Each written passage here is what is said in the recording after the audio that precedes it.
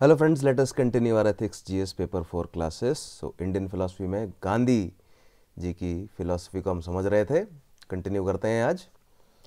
So in the previous 2 sessions we have discussed about Gandhi ji's political and religious approach, right? क्या approach उनकी रही towards religion और politics. In today's session we will start with his approach towards economics. So ethical economics की बात करेंगे।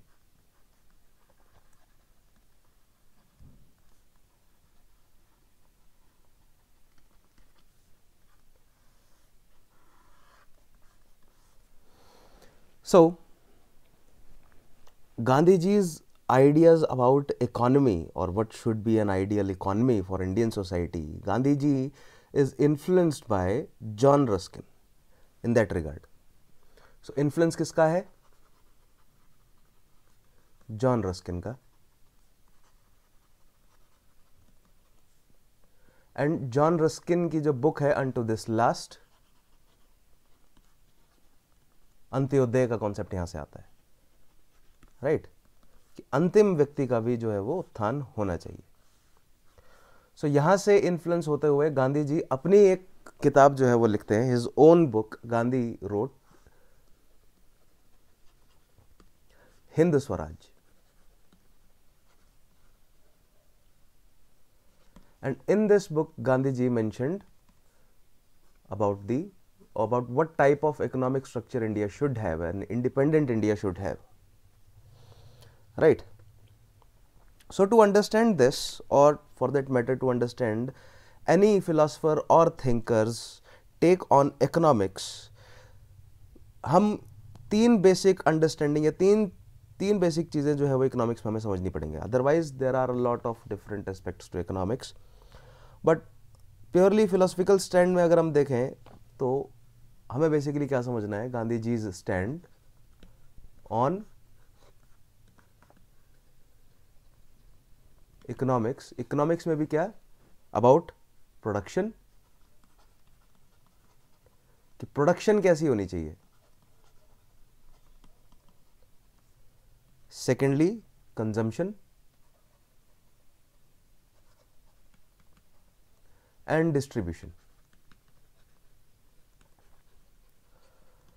सो although economics as a subject में और भी बहुत कुछ होता है, लेकिन अगर आप किसी भी फिलोसफर का टेक या उनकी अप्रोच समझ रहे हैं, या किसी भी थिंकर की अप्रोच समझ रहे हैं टुवर्ड्स इकोनॉमी, हमें ये समझना है कि वो प्रोडक्शन के लिए क्या कह रहे हैं, वो कंजम्पशन के लिए क्या कह रहे हैं, और डिस्ट्रीब्यूशन के लिए क्या अंडरस्टैंडिंग है, क्या अप्रोच है उनकी। सो एक एक करके हम इन्हें समझते हैं, हमें पूरा जो है वो गांधीयन इकोनॉमिक्स जो है वो समझ आ जाएगी, right? So let us first start on Gandhi's approach on production.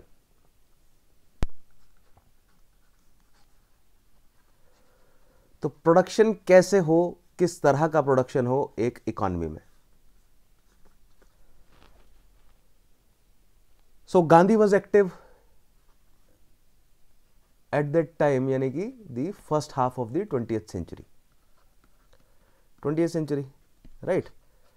And before that in the 19th century it was all over the world and especially in Europe, industrialisation जो है वो चल रहा था, specially in Europe, right? Industrialisation यानी कि production जो है वो मास प्रोडक्शन हो रहा था, राइट? मास प्रोडक्शन, और प्रोडक्शन किस माध्यम से हो रहा था? मशीन्स के माध्यम से। And that continued in the 20th century, और ये प्रेजेंट टाइम तक भी यही चल रहा है, मास प्रोडक्शन चल रहा है with the help of machines. And Gandhi ji he was very much afraid of machines. He was not in support of machines doing the mass production, right? ऐसा नहीं है कि मशीन्स होनी ही नहीं चाहिए, जहां एब्सोल्युटली नेसेसरी हो वहां पर मशीन से प्रोडक्शन या मशीन्स को यूज किया जाए, right? But what he was in support of, he says that production should be by the masses as compared to mass production by machines.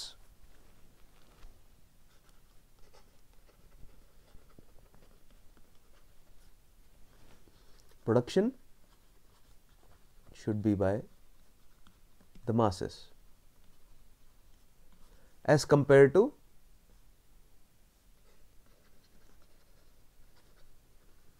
or instead of mass production by machines. अब ऐसा क्यों कह रहे हैं गांधी जी? क्या कारण है ऐसा कहने का गांधी जी का?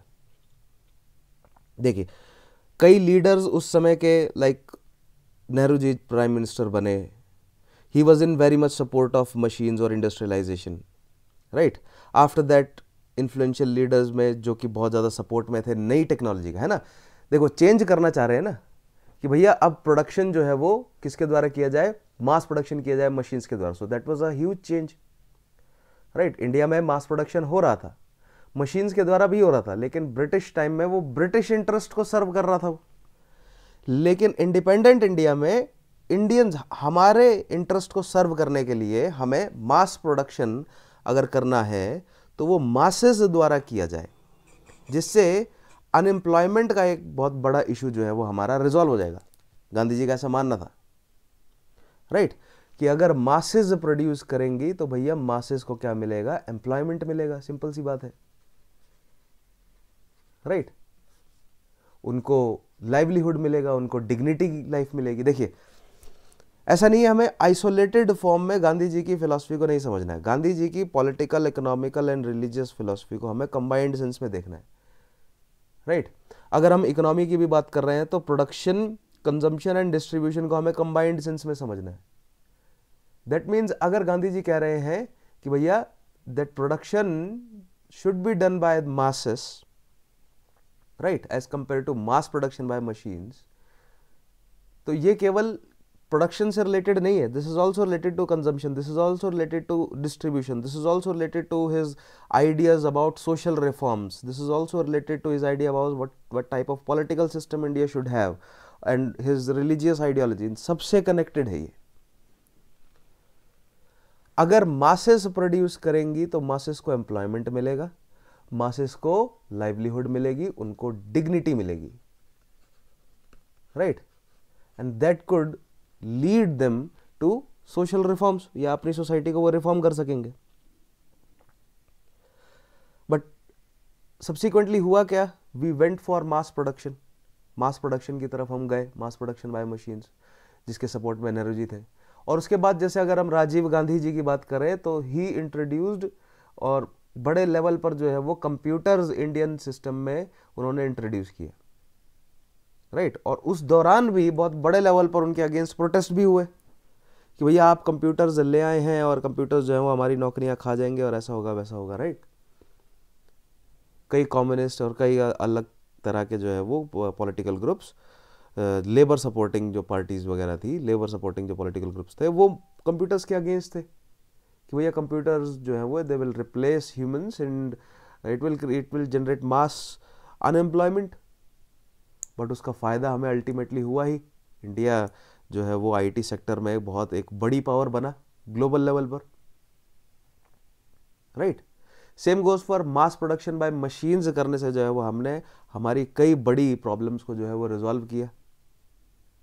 बट इसका मतलब ये नहीं है कि गांधी जी के जो आइडिया था वो भी गलत था. गांधी जी का कहना था जहां पर मशीन्स नेसेसरी हैं वहां पर हम मशीन्स को यूज करें, right. But production by masses, production जो है वो मासेस द्वारा किया जाए. Because why, because he was simple, right, to resolve unemployment.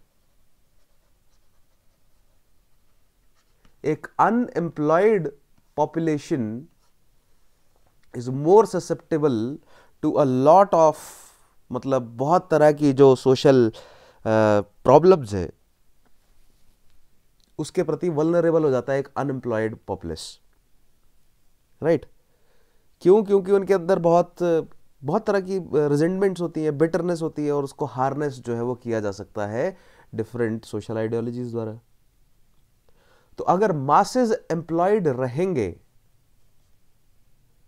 तो वो अपनी लाइफ डिग्निटी से जी पाएंगे। अगर अपनी लाइफ डिग्निटी से वो जी रहे हैं आराम से, देखिए आपको कभी भी जो गवर्नमेंट एम्प्लॉयज हैं वो बड़े लेवल पर आपको जो है वो किसी प्रदर्शन में या किसी वायलेंट प्रदर्शन में स्पेशली जो है वो नहीं देखने को मिलेंगे। वो बड़े लेवल पर जो है वो न्यूसेंस क्रिएट करते हुए नहीं नजर आएंगे। क्यों? क्योंकि उन्हें डर है कि भैया हमारी नौकरी छिन जाएगी, अगर हाईलाइट हो गए तो सस्पेंड हो जाएंगे या टर्मिनेट किया जा सकता है, राइट। और अगर उस डायरेक्शन में ना भी सोचा जाए, इस तरह अगर हम सोचें कि अगर कोई व्यक्ति काम कर रहा है, उसको उस काम का मेहनताना जो है वो प्रॉपर तरीके से मिल रहा है, तो वो अपनी लाइफ की अगर वो ज़रूरतें पूरी कर पा रहा है, राइट, दैट मीन्स वो अपनी लाइफ को डिग्निटी से अगर जी पा रहा है, राइट, इकोनॉमिक प्रॉब्लम्स जो है वो अपनी इकोनॉमिक नीड्स को पूरी कर पा रहा है, अपनी सोशल नीड्स को पूरी कर पा रहा है, पॉलिटिकल नीड्स को अगर पूरी कर पा रहा है, राइट, अगर first economic needs are met तो बाकी दोनों के लिए रास्ता जो है वो ओपन हो जाता है। तो ऐसी जो पॉपुलेशन है वो सही डायरेक्शन में काम करेगी, right. Why would they participate in public nuances, not nuances but nuisance. So production को लेकर जो है वो गांधी जी का ये विचार है। देखिए गांधी जी जो है वो मैंने आपको क्या कहा, that Gandhi ji is not a very मतलब not a very proper philosopher, right, कि भैया किसी एक स्ट्रीम ऑफ फिलोसफी के साथ वो जुड़े हैं और उसी के साथ जो है वो जुड़े रहेंगे। नहीं, बहुत सारी अलग अलग फिलोसफीज से उन्होंने जो है वो बहुत सारी अलग अलग political and other type of philosophies से उन्होंने अच्छे अच्छे पॉइंट्स जो है वो उठा लिए।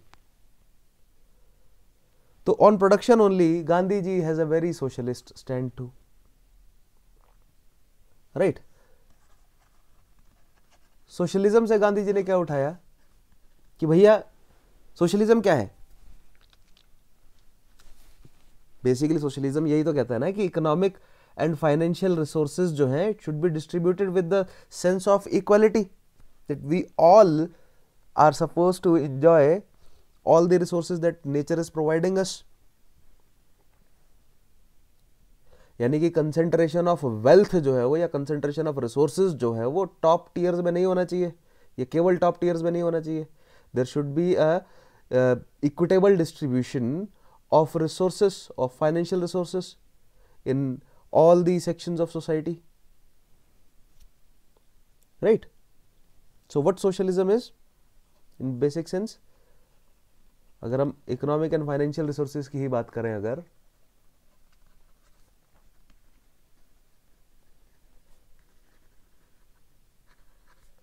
they should be distributed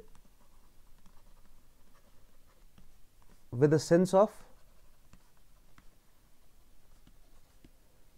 of equality, right. ऐसा नहीं है कि एग्जैक्टली इक्वली डिस्ट्रीब्यूट कर देंगे तभी जो है वो सोसाइटी में प्रॉब्लम सॉल्व होगी, नहीं, with the sense of equality जो है वो फाइनेंशियल डिस्ट्रीब्यूशन होना, फाइनेंशियल रिसोर्सेज का डिस्ट्रीब्यूशन होना चाहिए, right. And another point in socialism is which Gandhi ji supports is that everyone who can do labour should do labour. Gandhi ji बहुत स्ट्रांगली सपोर्ट करते हैं इसे। anyone and everyone who can do labor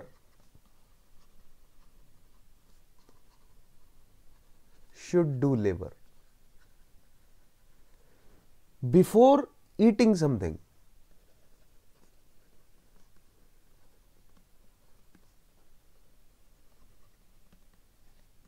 यहां पर eating something का मतलब यह है कि भैया before reaping any economic benefits, right? So before reaping any economic benefits or before eating something, anyone who can do labor should do labor। that means मेहनत करके जो है वो आप रोटी खाइए।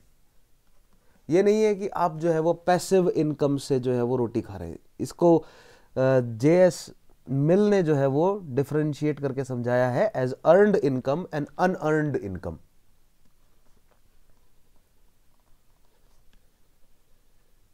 earned income and unearned income, जिसमें एक गांधी जी जो है वो he is in very much support of the earned income. Earned income जैसे कि मान लीजिए कोई भी एक वर्किंग प्रोफेशनल है, राइट,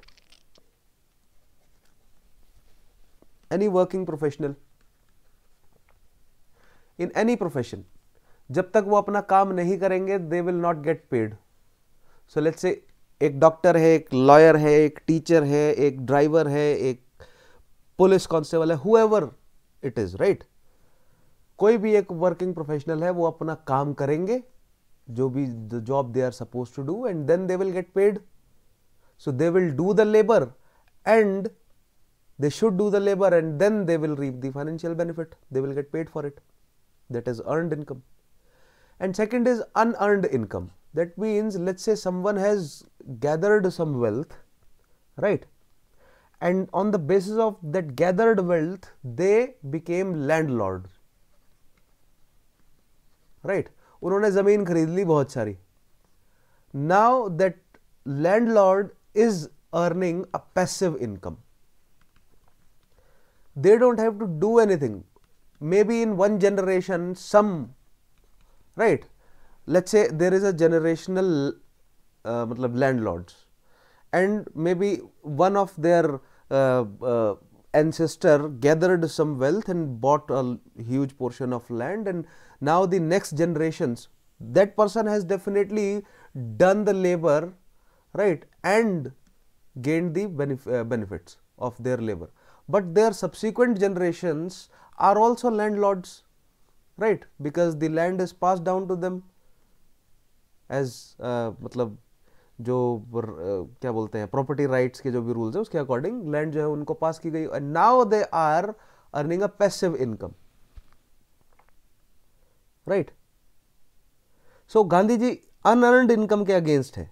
गांधी जी कह रहे हैं no one should be able to have free income and everyone should do labor to earn livelihood. So पहला तो ये कि प्रोडक्शन जो है वो क्या होना चाहिए, प्रोडक्शन जो है वो मासेस के द्वारा होना चाहिए. पहला पॉइंट तो ये है गांधी जी का on production. And second point of Gandhi ji on production is जो कहां से निकलता है, सोशलिज्म से निकल कर आ रहा है. That is no one should be able to have free income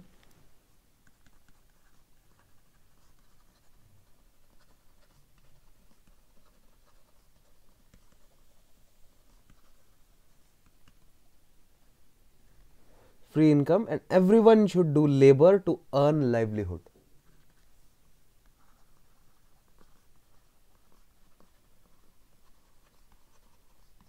Should do labor to earn a livelihood. सबको काम करना है.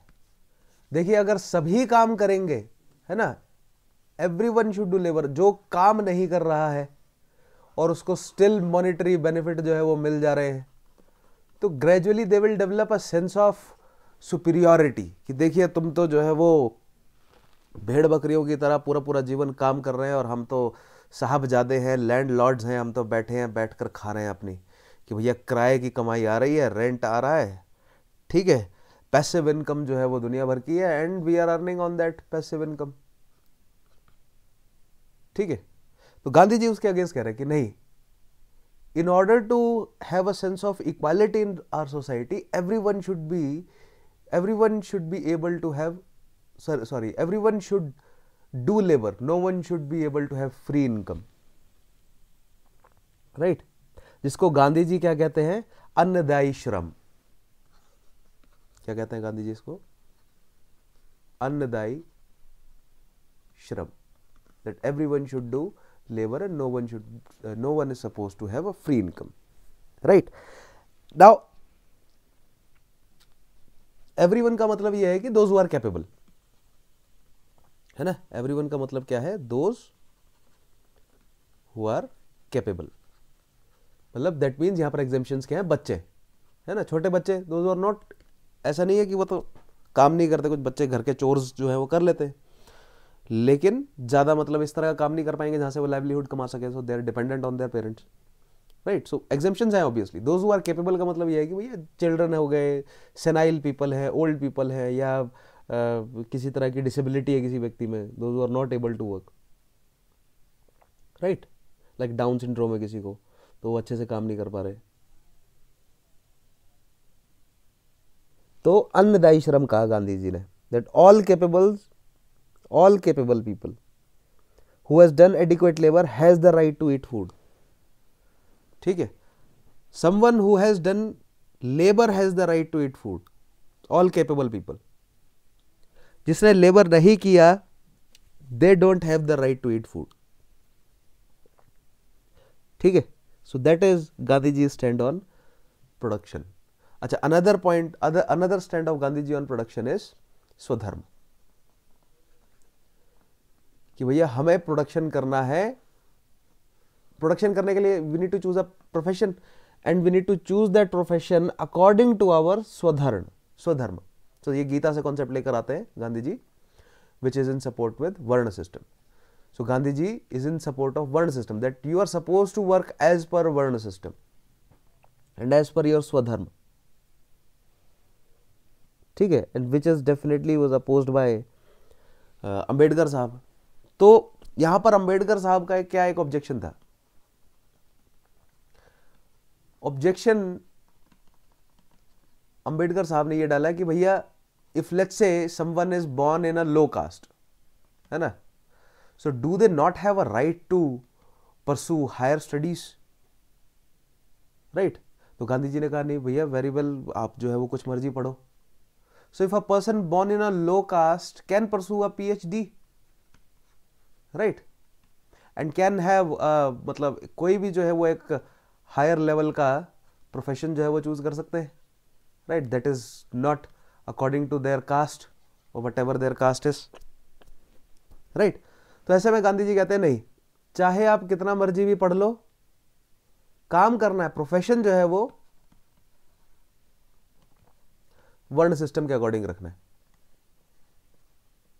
तो मैंने आपको कहा ना, Gandhi ji was not a very hard and fast philosopher, right. Gandhi ji was a mass leader. So Gandhi ji, अभी थोड़ी देर में वर्ण सिस्टम को समझते हैं, तो there we will go into this detail. इस डिबेट की डिटेल में जो है वहां जाएंगे थोड़ा और. लेकिन प्रोडक्शन के लिए क्या कह रहे हैं गांधी जी कि भैया प्रोफेशन कैसे चूज करना है, that is according to your swadharma, that is according to your varna that you are born into, right. जिसको लेकर जो है वो अंबेडकर साहब ने ऑब्जेक्शन खड़ा किया कि भैया अगर कोई व्यक्ति लो कास्ट कॉलेज से कोई व्यक्ति अगर हायर एजुकेशन जो है वो गेन करता है, तो क्या वो हायर लेवल का प्रोफेशन नहीं चूज कर सकते. उसके लिए गांधी जी ने कहा नहीं, still you need to follow your varna system और you need to follow your varna. So that is, these are the 3 points आप जो है वो मेंशन कर सकते हैं कि गांधी जी का टेक क्या है प्रोडक्शन पर. Then next is Gandhi ji is take on consumption.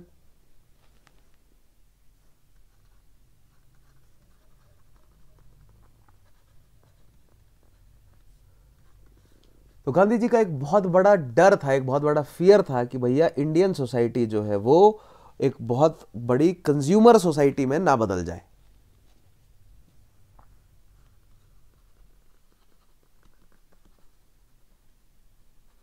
Right, कि भैया सोसाइटी क्या ना बन जाए, कंज्यूमर सोसाइटी. क्योंकि एक consumer society, like for example, अगर आप लोगों को याद होगा रेने डेस्कार्टीज, तो रेने डेस्कार्टी ने क्या कहा था, उसने कहा था भाई I think therefore I am. याद है आप लोगों को इनिशियल सेशन में मैंने आपको समझाया था, देयरफॉर आई एम या कॉजिटो एर्गो सम. अपनी भाषा में क्या कहा उसने, कोजिटो एर्गो सुम, सोच पा रहा हूं तो मैं हूं, right. And similarly on similar line consumer people क्या बोलते हैं, या कंज्यूमरिज्म में क्या चलता है,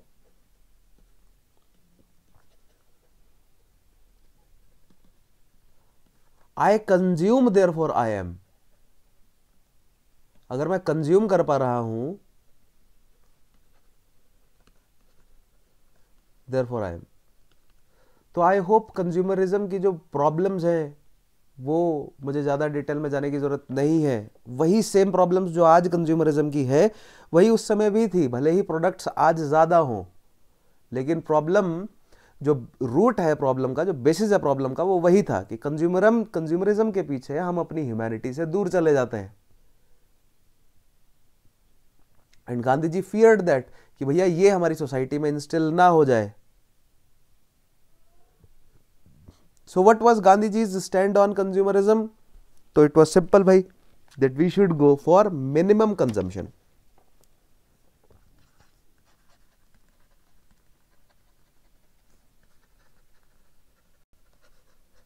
राइट, मिनिमम कंजम्पशन करना है। अब क्या मतलब है मिनिमम कंजम्पशन का? देखिए, मिनिमम कंजम्पशन का मतलब ये नहीं है कि नंगे पैर चल रहे हो या कपड़ा ही नहीं पहन रहे हो पूरा, ठीक है। मिनिमम कंजम्पशन का मतलब यह है कि अगर 2 पेयर ऑफ फुटवेयर से काम चल जा रहा है तो 6 जोड़ी जूते चप्पल की क्या जरूरत है। अगर 2 जोड़ी या 4 जोड़ी कपड़ों से काम चल रहा है तो 35 जोड़ी कपड़ों की क्या जरूरत है। Right, that is what minimum consumption is, कि consume only what you need, जो आपको जरूरी है वो कंज्यूम करो, एंड इन लिमिट्स। और लिमिट में क्या मतलब, मिनिमम कंज्यूम करो। हमें खाना खाने की जरूरत है, जहां 2 रोटी से शरीर का काम चल जा रहा है वहां 6 रोटियां खाने की क्या जरूरत है। जहां 4 जोड़ी कपड़े से आप जो है वो सभी सीजन्स को मैनेज कर ले रहे हैं, वहां पर 15-20 जोड़ी कपड़े की क्या जरूरत है। तो मिनिमम कंजम्पशन का मतलब ये नहीं है कि कोई चीज कंज्यूम ही नहीं करनी है ना, या लॉट ऑफ चीज़ें जो है वो कंज्यूम नहीं करनी, कि भैया जैसे कपड़े ही नहीं पहनने या फुटवेयर नहीं पहनना, या सिर्फ चावल नहीं खाने, सिर्फ रोटी खानी, या दाल दाल नहीं खानी है। राइट, ये मतलब नहीं है उसका। इसका मतलब है कि केवल जो चीज़ें ज़रूरी है उसको उतना ही कंज्यूम करो, बेयर मिनिमम में जितना आप सर्वाइव कर सके, ठीक है। इससे क्या होगा, this complements Gandhi ji's take on production, that production by masses, because production by masses will always be less as compared to mass production by machines, ठीक है। what was the argument against Gandhiji's take on production is that भैया production अगर masses करेंगी as compared to machines तो कभी भी demand को पूरा नहीं कर पाएंगी। तो गांधी जी ने उसका सिंपल जवाब दिया कि भैया अगर आप कंजम्पशन ही मिनिमम रखोगे तो डिमांड भी जो है वो कम ही रहेगी, तो production by masses will serve that demand. समझ पा रहे हैं ना आप, कि अगर एक सोसाइटी में डिमांड ही कम है तो मास प्रोडक्शन की जरूरत ही नहीं है, मास प्रोडक्शन बाय मशीन्स की जरूरत ही नहीं है, वहां पर प्रोडक्शन बाय मासेस करके जो है वो काम चलाया जा सकता है। जहां पर आपको एक साल में, लेट्स से प्रेजेंट टाइम के हिसाब से, प्रेजेंट टाइम के मतलब कॉस्ट प्राइस मतलब उसके हिसाब से अगर मैं अगर कहूं कि भैया अगर एक जोड़ी कपड़ा लेट्स से 1200-1500 रुपए का आ जा रहा है ऑन एन एवरेज, ठीक है, इससे सस्ता भी आ जाता है, इससे महंगा से महंगा भी आ जाता है, लेकिन लेट्स से उनका मीन आसपास निकाल लेते हैं, 1500 रख लेते हैं एक जोड़ी कपड़ा, ठीक है।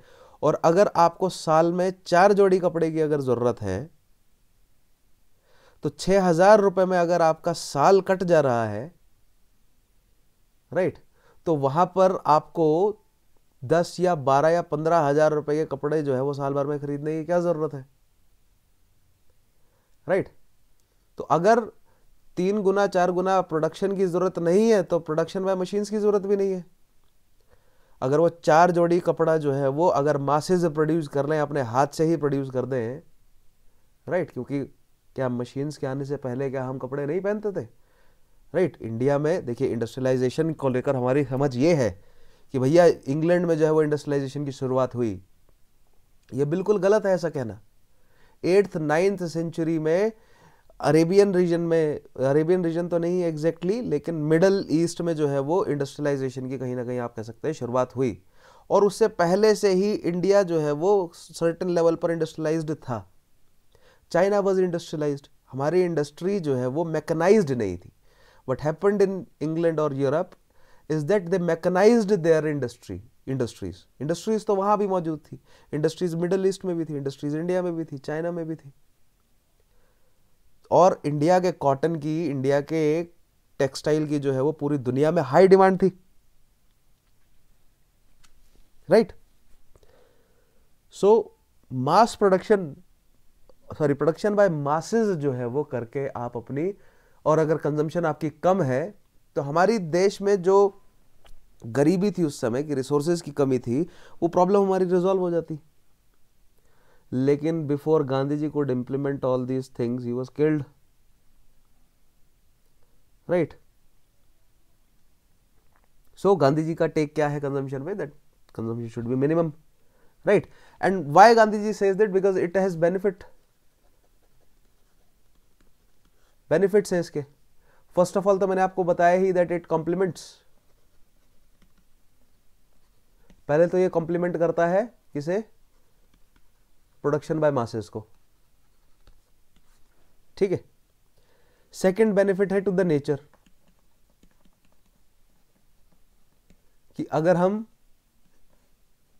मिनिमम कंजम्पशन रखेंगे तो नेचर पर जो है वो स्ट्रेस कम से कम होगा. सस्टेनेबल जो है वो तरीके से हम नेचुरल रिसोर्सेज को यूज कर सकेंगे. सो गांधी जी सस्टेनेबल डेवलपमेंट की बात जब 1970s के बाद जो है वो बड़े लेवल पर होने लगी वेस्ट में, तो गांधी जी 1940s 50s में ये बात बोल रहे थे, सॉरी 1930s 40s में ही यही बात बोल रहे थे. And thirdly that it will help in distributive justice.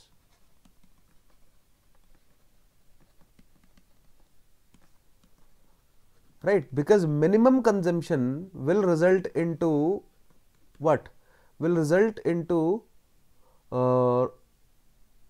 मतलब concentration of wealth and resources जो है वो fewer hands में नहीं होगा अगर लोग minimum consumption करेंगे, क्योंकि ज़रूरत ही नहीं होगी उतनी ज़्यादा कंज्यूम करने की, तो उतना wealth का करेंगे भी क्या. राइट. सो इस अगर वेल्थ अगर लोग अपने पास कंसंट्रेट करके नहीं रख रहे हैं, क्यों? क्योंकि उनकी ज़रूरतें कम है, तो उस वेल्थ को डिस्ट्रीब्यूटिव जस्टिस में यूज़ किया जा सकता है. उस वेल्थ को डिस्ट्रीब्यूट किया जा सकता है वहाँ पर जहाँ उस वेल्थ की ज़रूरत है. Right. So if we consume less it will leave resources for others. तो सस्टेनेबिलिटी का कॉन्सेप्ट जो है वो दोनों में जुड़ जाता है यहाँ पर. Distributive justice we have to help the nature और फॉर द नेचर. और चौथा बेनिफिट ये है, देखिए फिलॉसफी में एक थॉट है कि भैया अगर कैरेक्टर डेवलप करना है बच्चों का तो उनको स्कैरसिटी में रखिए. हमारा टीचर था, एक बहुत प्रिय टीचर है मेरे, वो कहते थे कि मेरे बेटे अगर पढ़ाई नहीं होती ना तो कभी धरती पे बैठ के पढ़ाई करना सर्दियों के टाइम पे, और आसपास जो है वो मकोड़े छोड़ लेना 2-3, है ना. यानी कि अनकंफर्टेबल कंडीशंस में एक बार पढ़कर देखो, अपने आप जो है वो पढ़ाई हो जाती है. ठीक है. तो कहने का मतलब ये है कि scarcity develops character in kids.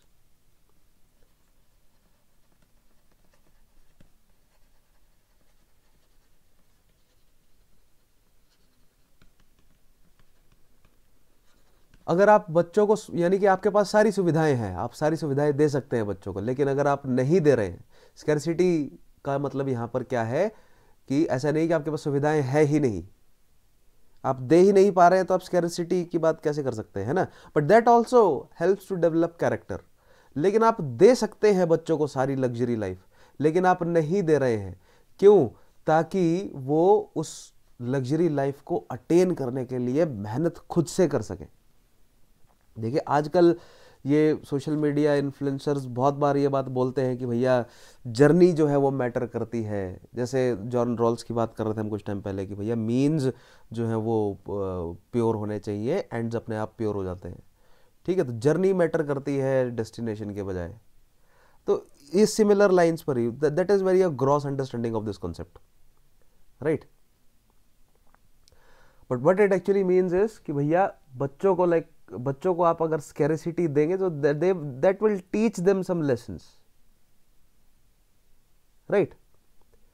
आप अगर कम रिसोर्सेज इस्तेमाल करते हैं, distributive, less use of resources, यहां पर एक और पॉइंट जोड़ लीजिए, less use of resources even when you can. Right. आपने देखा होगा कई लोग जो है वो पानी को बहुत वेस्ट कर रहे हैं, बिजली को बहुत वेस्ट कर रहे हैं. ठीक है. एक घर में 4-4 5-5 जगह पंखे चले हैं, लाइटें जली है, एसी चल रहे हैं, और बदले में क्या बोलते हैं कि भैया क्या प्रॉब्लम है, मैं कितनी मर्जी बिजली इस्तेमाल करूं, मैं बिल भी तो पे कर रहा हूं, मैं कितना मर्जी पानी यूज करूं, मैं बिल भी तो पे कर रहा हूं, मैं चाहे 4 गाड़ी चलाऊं या 10 गाड़ी चलाऊं. राइट. मैं चाहे 50 जोड़े जूते खरीदूं या 100 जोड़े जूते खरीदूं, मैं ही तो पैसा दे रहा हूं. Right. So since I am paying the money or I am footing the bills, I am entitled to do whatever I can, whatever I want. ठीक है. ऐसा आर्ग्यूमेंट है लोगों का, लेकिन that goes against Gandhi and principle of distributive justice. Gandhi ji कह रहे हैं कि भैया अगर आप बिजली जो है वो ज़्यादा इस्तेमाल कर रहे हैं तो कहीं पर किसी की बिजली जो है वो कट रही है, because it is a limited resource. आज नहीं कट रही है तो कल कटेगी। जहाँ पर पानी या बिजली की या जहाँ पर जूता पहनने की किसी को ज़रूरत थी, वहाँ पर आज नहीं तो कल नहीं पहुँच पाएगा। क्यों? क्योंकि रिसोर्सेज लिमिटेड है इस तरह के, right. So even if we are able to consume a lot, we should consume less. Even if we are able to provide our children a lot of luxury, we should provide them less, because that helps them to develop character, right? इसमें ओशो रजनीश भी एक आधा point जो है वो जोड़ देते हैं, although he is not a standard philosopher that could be quoted in answers, but consumption पर ओशो ये बोलते हैं कि भैया इतना कंज्यूम कर लो एक बार, अगर तुम्हें कंज्यूम करना है तो तुम करो कंज्यूम, राइट। नशा करना है नशा करो, कपड़ा पहनना है कपड़ा पहनो, ठीक है, खाना खाना है खाना खाओ। एक हद हो जाएगी जब आपका मोह भंग हो जाएगा उस चीज़ से, राइट। एक लेवल आ जाएगा कि भैया जैसे मान लीजिए कोई भी खाने की आइटम है, अगर आपने बहुत बार वो चीज़ खाई होगी तो अब वो आपको खाने का मन नहीं करेगा। Like there was a time I use to live somewhere, और वहाँ पर आसपास जो है वो खेत खलियान थे, तो साग बहुत लगता था वहाँ पर, राइट। पालक वगैरह और अन्य तरह के साग बहुत लगते थे, तो बहुत इजीली घर में आकर लोग बेच जाते थे और बहुत सस्ता मिलता था। एंड हमने वो बहुत बहुत कंज्यूम किया, और आज मेरे को साग देखकर भी ऐसा लगता है यार कि साग नहीं बनना चाहिए, नहीं, राइट। सो ओवर कंजम्पशन से जो है वो मोह भंग हो जाता है, एंड दैट मोह भंग की स्टेट जब आती है, that also develops character, right. So Osho, although you should not quote him, but he has also said something about consumption, और consumption को कैसे कम किया जाता है। तो over consumption leads to gradually it leads to development of character and less consumption. Similarly जो ascetic लोग हैं, एस्टिक वे ऑफ लाइफ के जो लोग हैं, वो कहते हैं भैया कंजम्पशन करना ही क्यों है, मैक्सिमम लेवल पर आपको कंजम्पशन को क्या करना है, कंट्रोल में लेकर आना है। No consumption at all to develop character. ये दोनों जो है वो डेवलपिंग कैरेक्टर पर पॉइंट है। गांधी जी का भी पॉइंट है, right. Scarcity develops character, right. वो कुछ एस्थेटिक से ही लगता जुलता है, लेकिन एस्थेटिक लोग तो जो है वो बिल्कुल बोलते हैं कि सब कुछ, सारी मोह माया सब छोड़ दो, तब जाकर आपका सही में कैरेक्टर डेवलप होगा। जैसे शंकर जो है वो ज्ञान मार्ग पर चलने से पहले कंडीशंस रखते हैं कि भैया आपको सब कुछ त्याग देना है, ठीक है, बहुत ही ज़्यादा हार्ड लाइफ जीनी है, पेनेंस की लाइफ जीनी है, तब जाकर आप ज्ञान मार्ग पर चल पाओगे। So Gandhi का क्या स्टैंड है, that for the purpose of development of character, consumption should be as less as possible. So these are the 4 benefits of minimum consumption as per Gandhi. Thirdly, about distribution.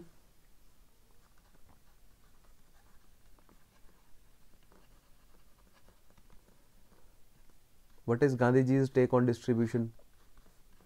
क्या कहते हैं? So the his very first take on distribution is that the wealth should flow from top to bottom, है ना, trickle down economy, जो कि फार्स है एक। गांधी जी के यूटोपिया में wealth should flow from top to bottom. That means there should be no concentration of wealth at the top. इसके लिए भी एक बहुत बड़ी आर्ग्यूमेंट जो है वो दी है, थोड़ी देर में देखते हैं उसको, अच्छे डिटेल में समझेंगे, right. Which is basically it is in line with socialism. Socialism भी तो कहीं ना कहीं इसी सेम लाइन पर कहता है ना, बात करता है that wealth should not be concentrated at the top level and wealth should flow from top to bottom. अगर टॉप के लोग वेल्थ जनरेट कर पा रहे हैं तो वो वेल्थ जो है वो धीरे धीरे नीचे जो है वो फ्लो करनी चाहिए, राइट। सिमिलरली गांधी जी का अनदर कॉन्सेप्ट जो गांधी जी फॉलो करते हैं, that is aparigraha. Aparigraha is no consumption और लेस कंजम्पशन, राइट।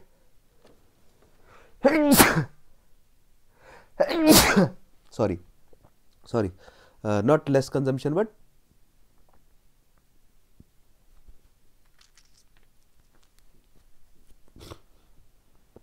कलेक्शन आपको नहीं करके रखना वेल्थ का, ठीक है। यहां से गांधी जी का कॉन्सेप्ट निकल कर आता है किसका, ट्रस्टीशिप का, राइट। दैट कि अगर लेट्स से आपने जो है वो अपनी नीड से ज्यादा जो है वो अगर कमाई कर ली है, so then you are only supposed to act as a trustee for that wealth, right। I hope ये कॉन्सेप्ट हमने पहले अच्छे से समझा है भी, है ना। अगर मान लीजिए आपको 100 यूनिट करेंसी की जरूरत है और आपने अगर 1000 यूनिट करेंसी कमा ली है, तो जो 900 यूनिट करेंसी है उसके ट्रस्टी हैं आप, राइट। और उसको आप समाज के उत्थान में जो है वो सर्वोदय और अंत्योदय में इस्तेमाल करें। This concept is discussed in Hind Swaraj,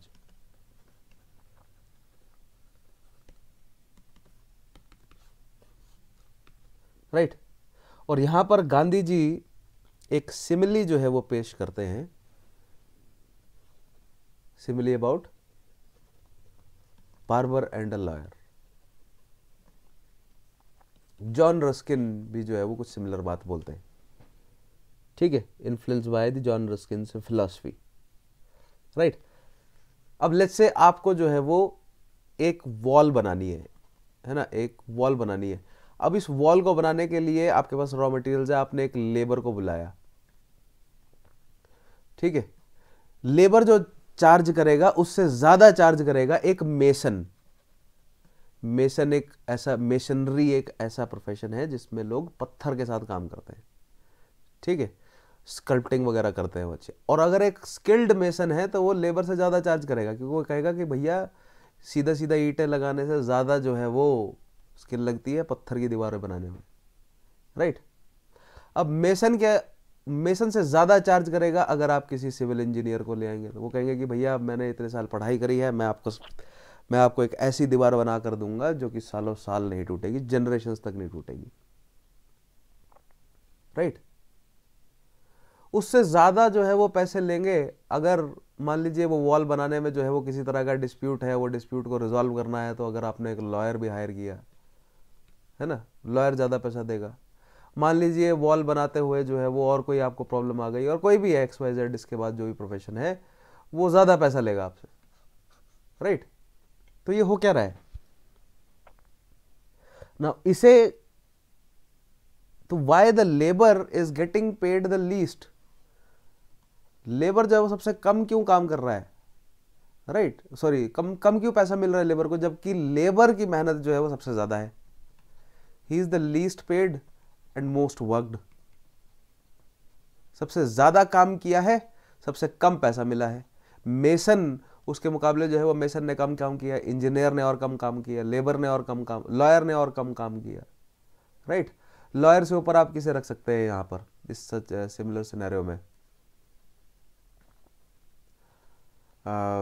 let's say कोई रियल एस्टेट एजेंट है, ठीक है, वो और कम काम कर रहा है, उसको और ज्यादा पैसा मिल रहा है। तो ऐसा क्यों है, इसको एडम स्मिथ ने समझाया है with simple phenomena. Adam Smith क्या कहते हैं यहां पर, that this is due to simple phenomena of the equilibrium between the demand and supply. Demand and supply, right. Sorry,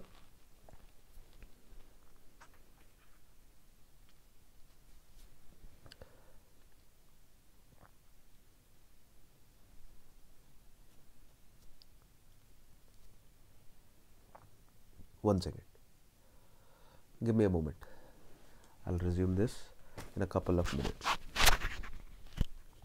तब तक आप लोग पानी पूनी पियाइए।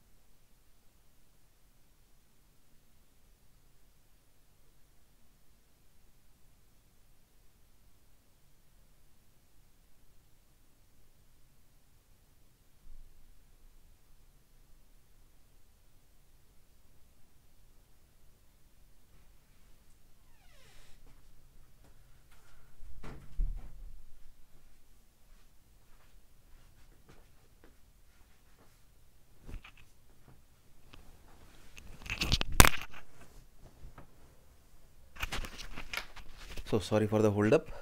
I don't know why I'm very susceptible to cold, especially after COVID.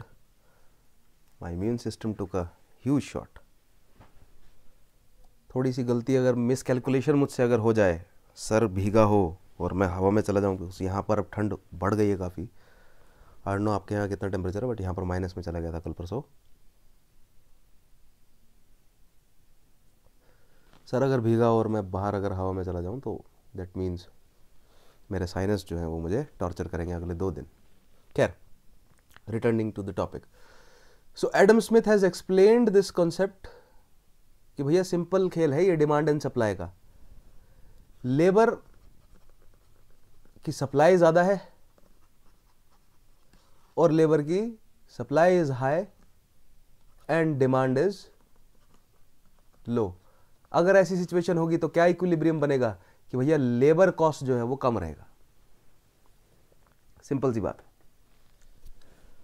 और अगर demand जो है वो इंजीनियर्स की ज़्यादा होगी और इंजीनियर कम होंगे तो इंजीनियर की कॉस्ट ज़्यादा होगी. लॉयर की डिमांड ज़्यादा होगी, लॉयर कम होंगे तो लॉयर का कॉस्ट ज़्यादा होगा.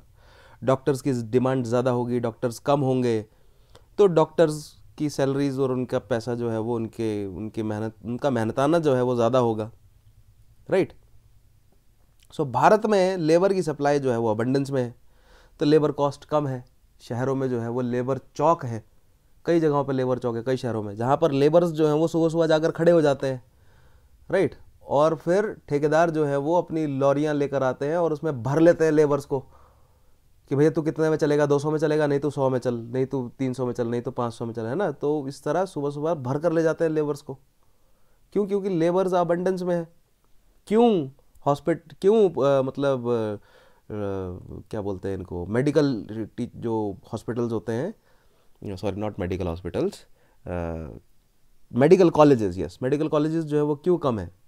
ताकि सच प्रोफेशंस जो हैं वो हाईली पेड रहे. Right. So to keep certain professions highly paid, उनकी सप्लाई जो है वो क्या रखो, कम रखो. ठीक है. जो फाइनेंस मतलब बड़े फाइनेंशियल इंस्टीट्यूशंस में जो लोग काम कर रहे हैं, वेंचर कैपिटलिस्ट वगैरह जो है, सच इंस्टीट्यूशंस में जो काम करते हैं, उनकी सैलरीज, उनके बोनसेस इतने ज़्यादा हाई क्यों होते हैं? क्योंकि उनकी डिमांड हाई है लेकिन सप्लाई उतनी ज़्यादा नहीं है. सप्लाई को अगर आप कम रखोगे, डिमांड अगर हाई रहेगी तो दे will get paid more.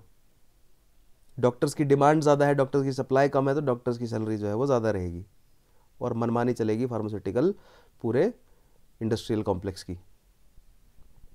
Right. तो इसे गांधी जी ने, इस कॉन्सेप्ट को, डिमांड एंड सप्लाई के जो कॉन्सेप्ट है ना, इसको बहुत इनह्यूमेन कहा.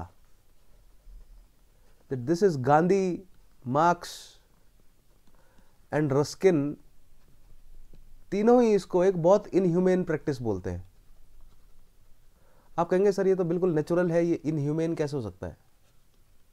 डिमांड एंड सप्लाई तो नेचर का रूल है.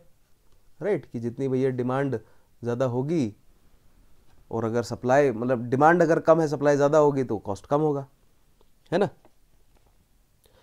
लेकिन नहीं, इस प्रैक्टिस को जो है वो बहुत इनह्यूमेन कहा. उन्होंने कहा कि this is void of human dignity. Human dignity को बिल्कुल ये घटा देता है demand and supply. And if an economic system, if it is working on demand and supply, it is inhumane. It should not work on demand and supply, rather it should work on human needs. Right. So what Gandhiji's stand on distribution is, or what Gandhiji's stand on demand and supply is, or for that matter distribution is,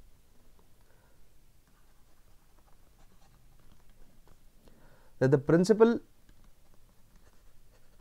of economics, or economics may be specifically distribution, and overall principle of economics should not be demand and supply, but it should be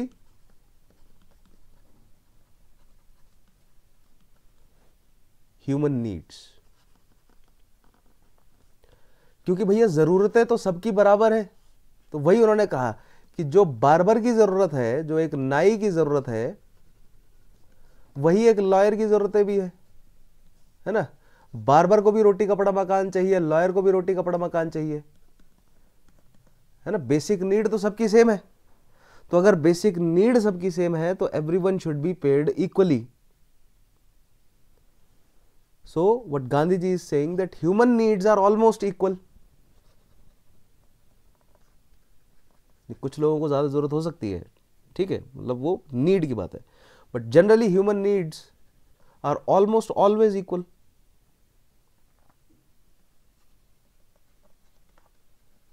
यहां पर देखिए needs की बात चल रही है, wants की बात नहीं चल रही है।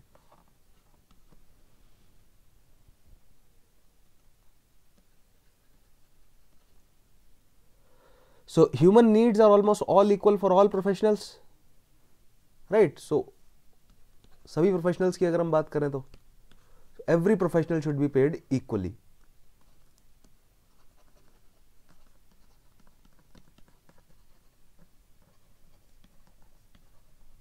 Should be paid equally. अभी आपको लग रहा होगा कि ये क्या बेसर पैर की बातें कर रहे हैं गांधी जी। थोड़ी देर में this will make a lot of sense, right? So what Gandhiji is trying to say is that economics should be based on human needs and respect, so that barber and lawyer should be paid equally, right? ऐसा नहीं है कि barber जो है वो कम ऐसा काम कर रहा है भैया जिसकी कम रिस्पेक्ट है तो कम पैसा दिया जाए, या लॉयर ऐसा काम कर रहा है जिसकी ज़्यादा रिस्पेक्ट है ज़्यादा पैसा दिया जाए। ये सिस्टम क्रिएट किया गया इंसानों द्वारा, ठीक है। ऐसा क्यों है, राइट? क्यों गांधी जी कह रहे हैं that everyone should be paid equally? क्योंकि ये अभी आपको पूरी तरह जो है वो डाइजेस्ट नहीं हुआ है ना, नहीं हुआ होगा।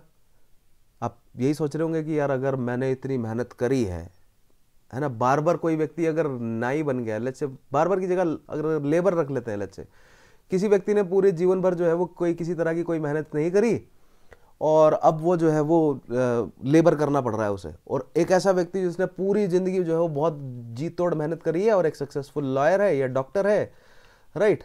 तो ऐसे में उस लेबर को और उस डॉक्टर को बराबर पे आप कैसे दे सकते हैं, कैसे जस्टिफाई करेंगे इसे?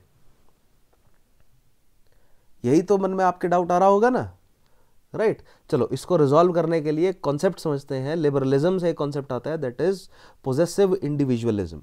तो first let us understand the concept of possessive individualism.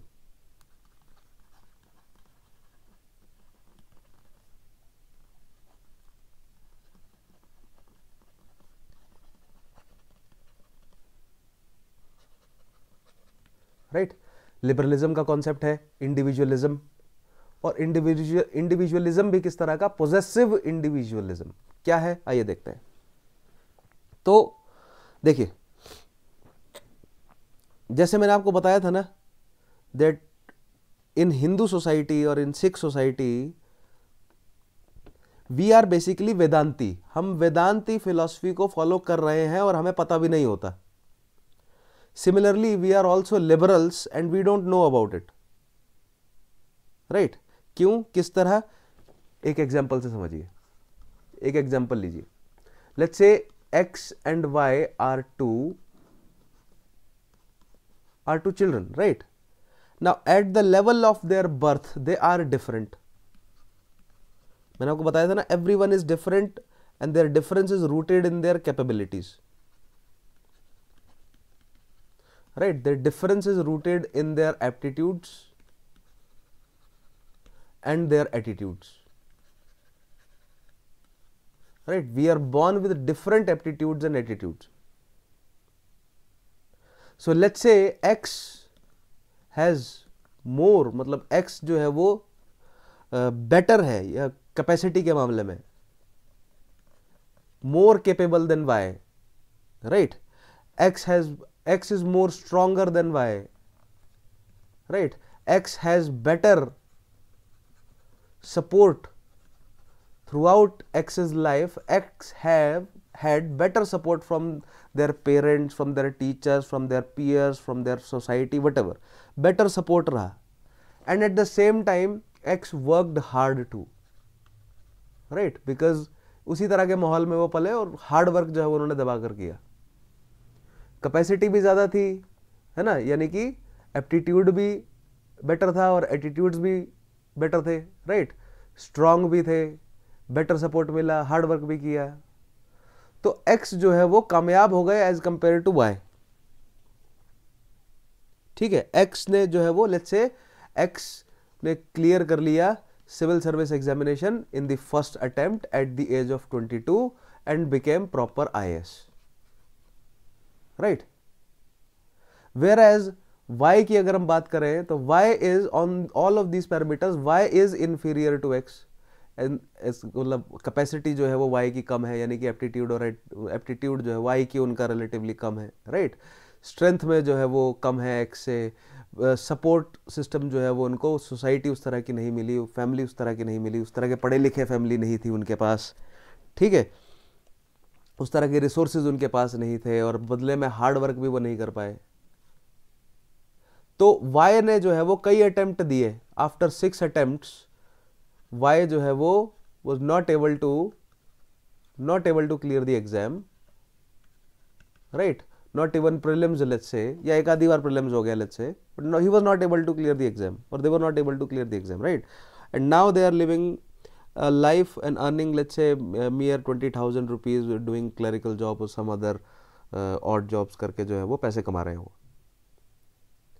तो इसमें आपका स्टैंड क्या होगा? हमारा तो स्टैंड यही होगा ना कि यार जो जिसके पास कैपेसिटी थी, जो कर सकता था उसने कर दिया, right. So generally what we will assume that both these situations are justified, है ना। अगर x कामयाब हो गया और अगर y कामयाब नहीं हो सका तो ये दोनों जस्टिफाइड है ना। क्यों? क्योंकि x के पास कैपेसिटी थी, राइट, y के पास कैपेसिटी नहीं थी। तो अगर आप ये सोचते हैं, अगर आप इस लाइंस पे चल रहे हैं कि भैया जो कर सकता था उसने अगर कर दिया है तो और ये जस्टिफाइड है, यू आर अ लिबरल। आपकी आइडियोलॉजी जो है वो लिबरल है, आपको पता भी नहीं होगा, जनरली हम यही फॉलो करते हैं, right. But what if I say that X की जो भी पर्सनैलिटी है that resulted into his success और their success, their own role in developing that personality is 0% role of self, right, to develop that personality, to develop that person, that person has become an IAS officer. So X का IAS officer बनने में खुद का जो है वो 0% role है, कोई रोल नहीं है उनका खुद का। आप कहेंगे सर ऐसा कैसे हो सकता है, उन्होंने मेहनत करी है, किया वो किया, बड़ा कुछ किया, राइट। तो देखो हमारी जो भी पर्सनैलिटी होती है ना, it is made up of 2 things, हमने पहले भी समझा था इसको। Personality is generally made up of 2 things, first is our genes, ठीक है, and second is our environment, ठीक है। तो मुझे एक बात बताइए कि एक्स का क्या रोल है अपने खुद के जीन्स सेलेक्ट करने में और एक्स का क्या रोल है अपना एनवायरनमेंट सेलेक्ट करने में। मैंने आपको सोशलाइजेशन का कॉन्सेप्ट बताया था ना कि पहले 6-7 साल में ही हमारा वैल्यू सिस्टम इतना डेवलप हो जाता है that governs whole of our life. तो क्या पहले 6-7 साल में आपका अपना खुद का कोई रोल था अपने एनवायरनमेंट को सिलेक्ट करने में, या आप जो है वो कहाँ किसके परिवार में पैदा होंगे, क्या जेनेटिक्स जो है वो आप डिसाइड कर पाए खुद? नहीं, right.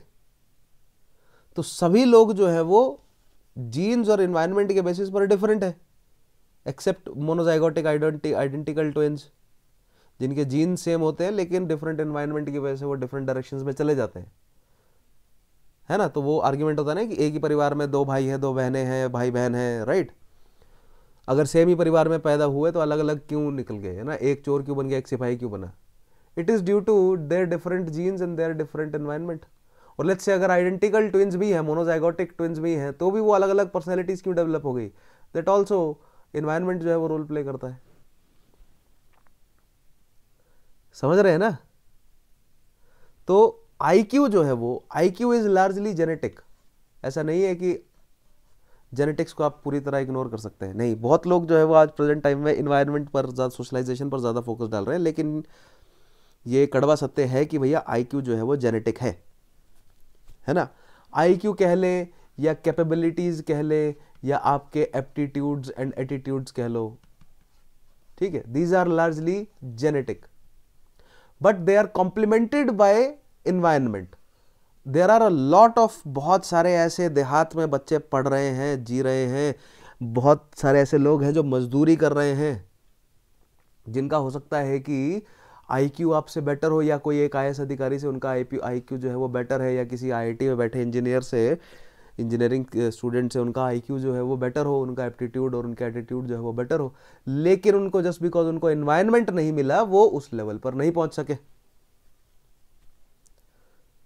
So whatever you are और वट एवर एक्स वॉज, उनका खुद का रोल जो है वो उसमें जीरो है, right. It was only through incidents कि भैया वो एक ऐसे परिवार में पैदा हो गए जहां पर जो है वो पुराने समय से ऐसे जीन्स चले आ रहे थे जिनकी मैथ को लेकर या मतलब लॉजिकल रीजनिंग जो है वो बेटर थी, और उनको इन्वायरमेंट भी ऐसा मिल गया कि भैया उनको पुश किया गया उस डायरेक्शन में, और ग्रेजुअली मतलब वो उस फील्ड में आगे निकल गए, what ever that field is, जो भी उनका एप्टीट्यूड रहा होगा उस फील्ड को प्रमोट किया, उस फील्ड में उनको जो है वो प्रमोट किया गया, right.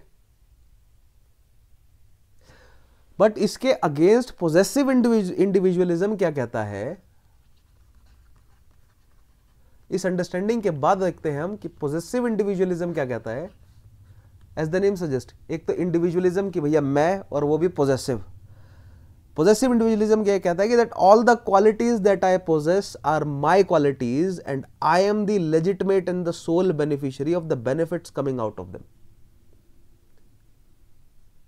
You can write this down, that all the qualities actually, all the qualities that I possess are my own qualities, are my qualities, right। वो मेरी हैं, वो किसी के द्वारा नहीं दी गई हैं। अगर मैं इंटरनेशनल रिलेशंस को अच्छे से समझ पा रहा हूं तो वो मेरी अपनी क्वालिटी है भाई, किसी और का कोई रोल नहीं है उसमें। अगर मैं बिजनेस धंधे को अच्छे से समझ पा रहा हूं तो मेरी अपनी क्वालिटी है, किसी और का कोई रोल नहीं है उसमें, राइट। अगर मैं किसी जगह पूरी तरह मेहनत कर पा रहा हूं तो मेरी अपनी क्वालिटी है, मैं एक डिलीजेंट व्यक्ति हूं, किसी का कोई रोल नहीं है। तो पॉजिटिव इंडिविजुअलिज्म कह रहा है कि that all the qualities that I possess are my qualities, and since they are my qualities and I am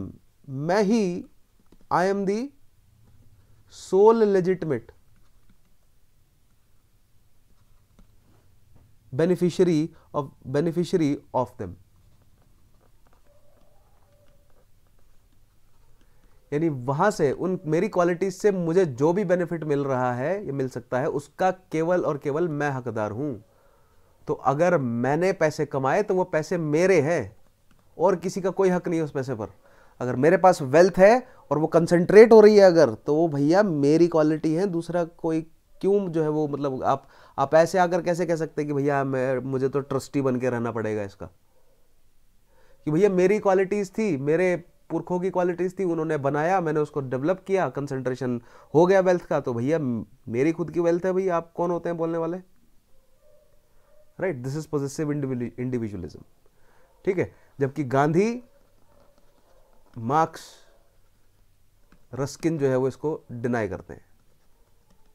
देखिए कई जगहों पर गांधी जी जो है वो इंडिविजुअलिज्म का सपोर्ट करते हुए नजर आते हैं जब स्वधर्म की बात आती है, और कई जगहों पर गांधी जी जो है वो डिनाई भी करते हैं इंडिविजुअलिज्म के कॉन्सेप्ट को, राइट। क्यों कहते हैं? वो कहते हैं कि भैया you are not the sole legitimate beneficiary of your abilities, you are not the sole legitimate beneficiary of your abilities। क्यों ऐसा कह रहे हैं वो? बिकॉज आपका खुद का कंट्रीब्यूशन जो है वो कुछ नहीं था।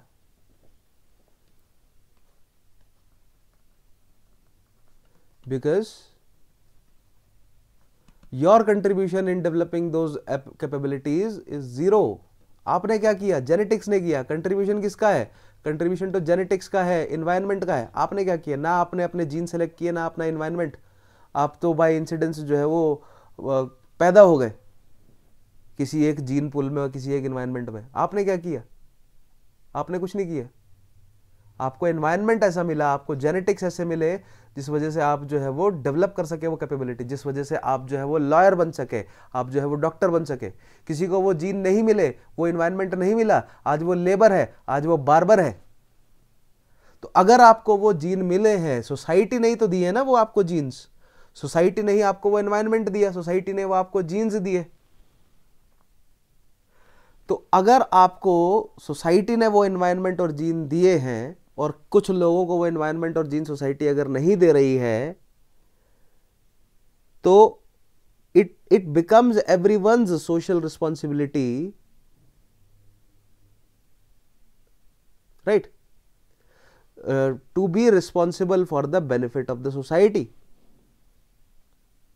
Right. Therefore on this basis Gandhi says that demand and supply is not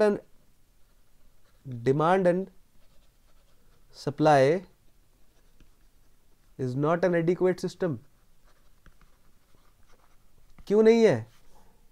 क्योंकि सप्लाई देने वाले वो व्यक्ति जो कि बेटर जीन्स में या बेटर एनवायरनमेंट में पैदा हो गए, वो ज्यादा बेनिफिट उठा रहे हैं, इसमें उनका खुद का कोई रोल नहीं है, राइट। तो अगर उनका खुद का कोई रोल नहीं है, सोसाइटी ने ही उनको दिया है, तो सोसाइटी को ही वापस जो है वो उनको प्रोवाइड करना चाहिए फिर। So rather than having a demand and supply system, we should have a system that is based on distribution according to human needs.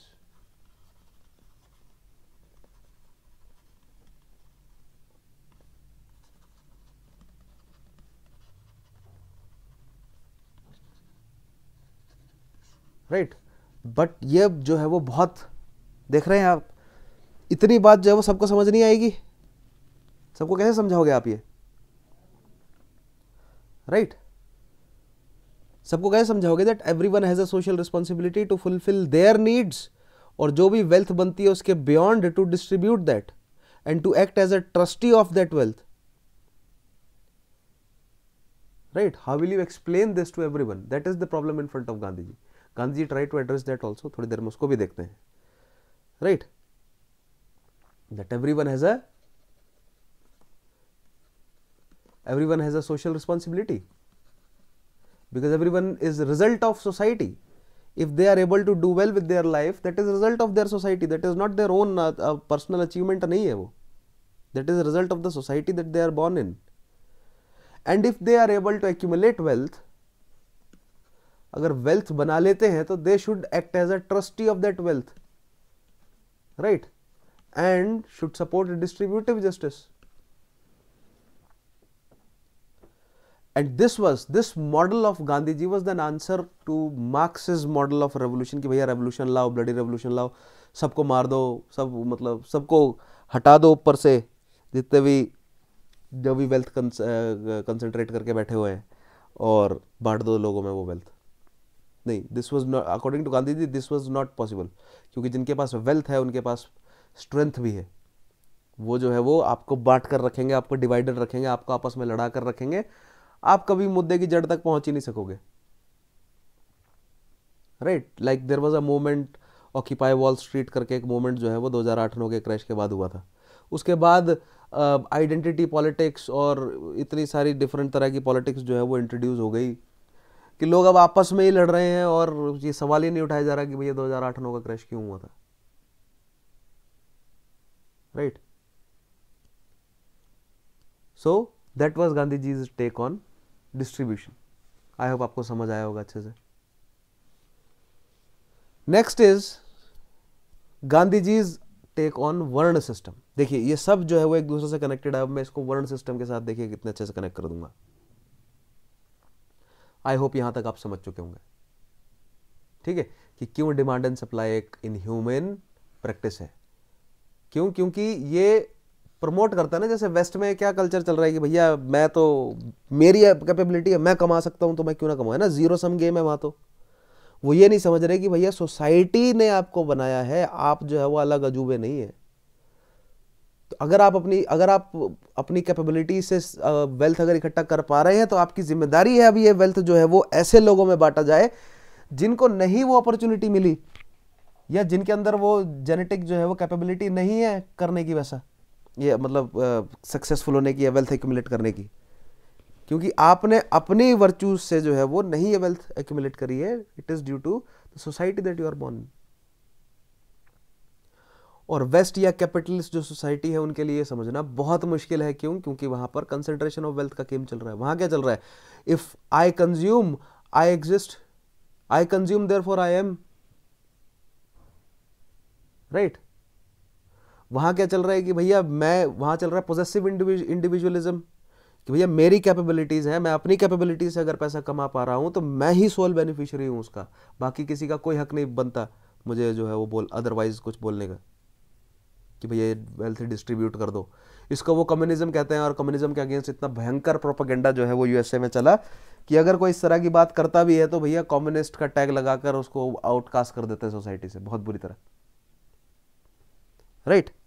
जबकि कम्युनिज्म हैज नो, मतलब कोई ज्यादा लेना देना नहीं है कम्युनिज्म का इससे।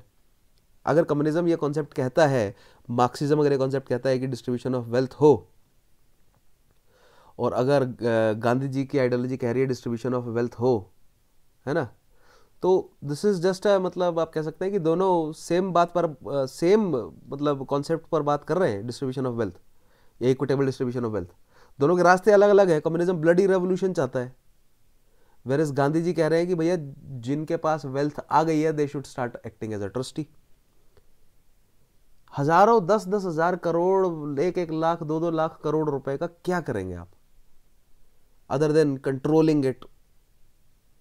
If you start acting as a trustee of that wealth and understand that वो wealth जो आपने generate करी है it is a result of the society,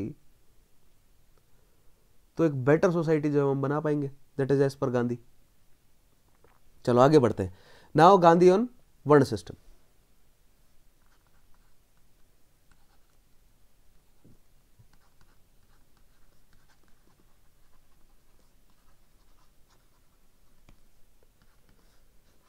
वर्ण सिस्टम पर क्या टेक है गांधी जी का? ठीक है, so Gandhi ji's interpretation of Gita is in the form of a book, and the title of the book is Anasakti Yoga.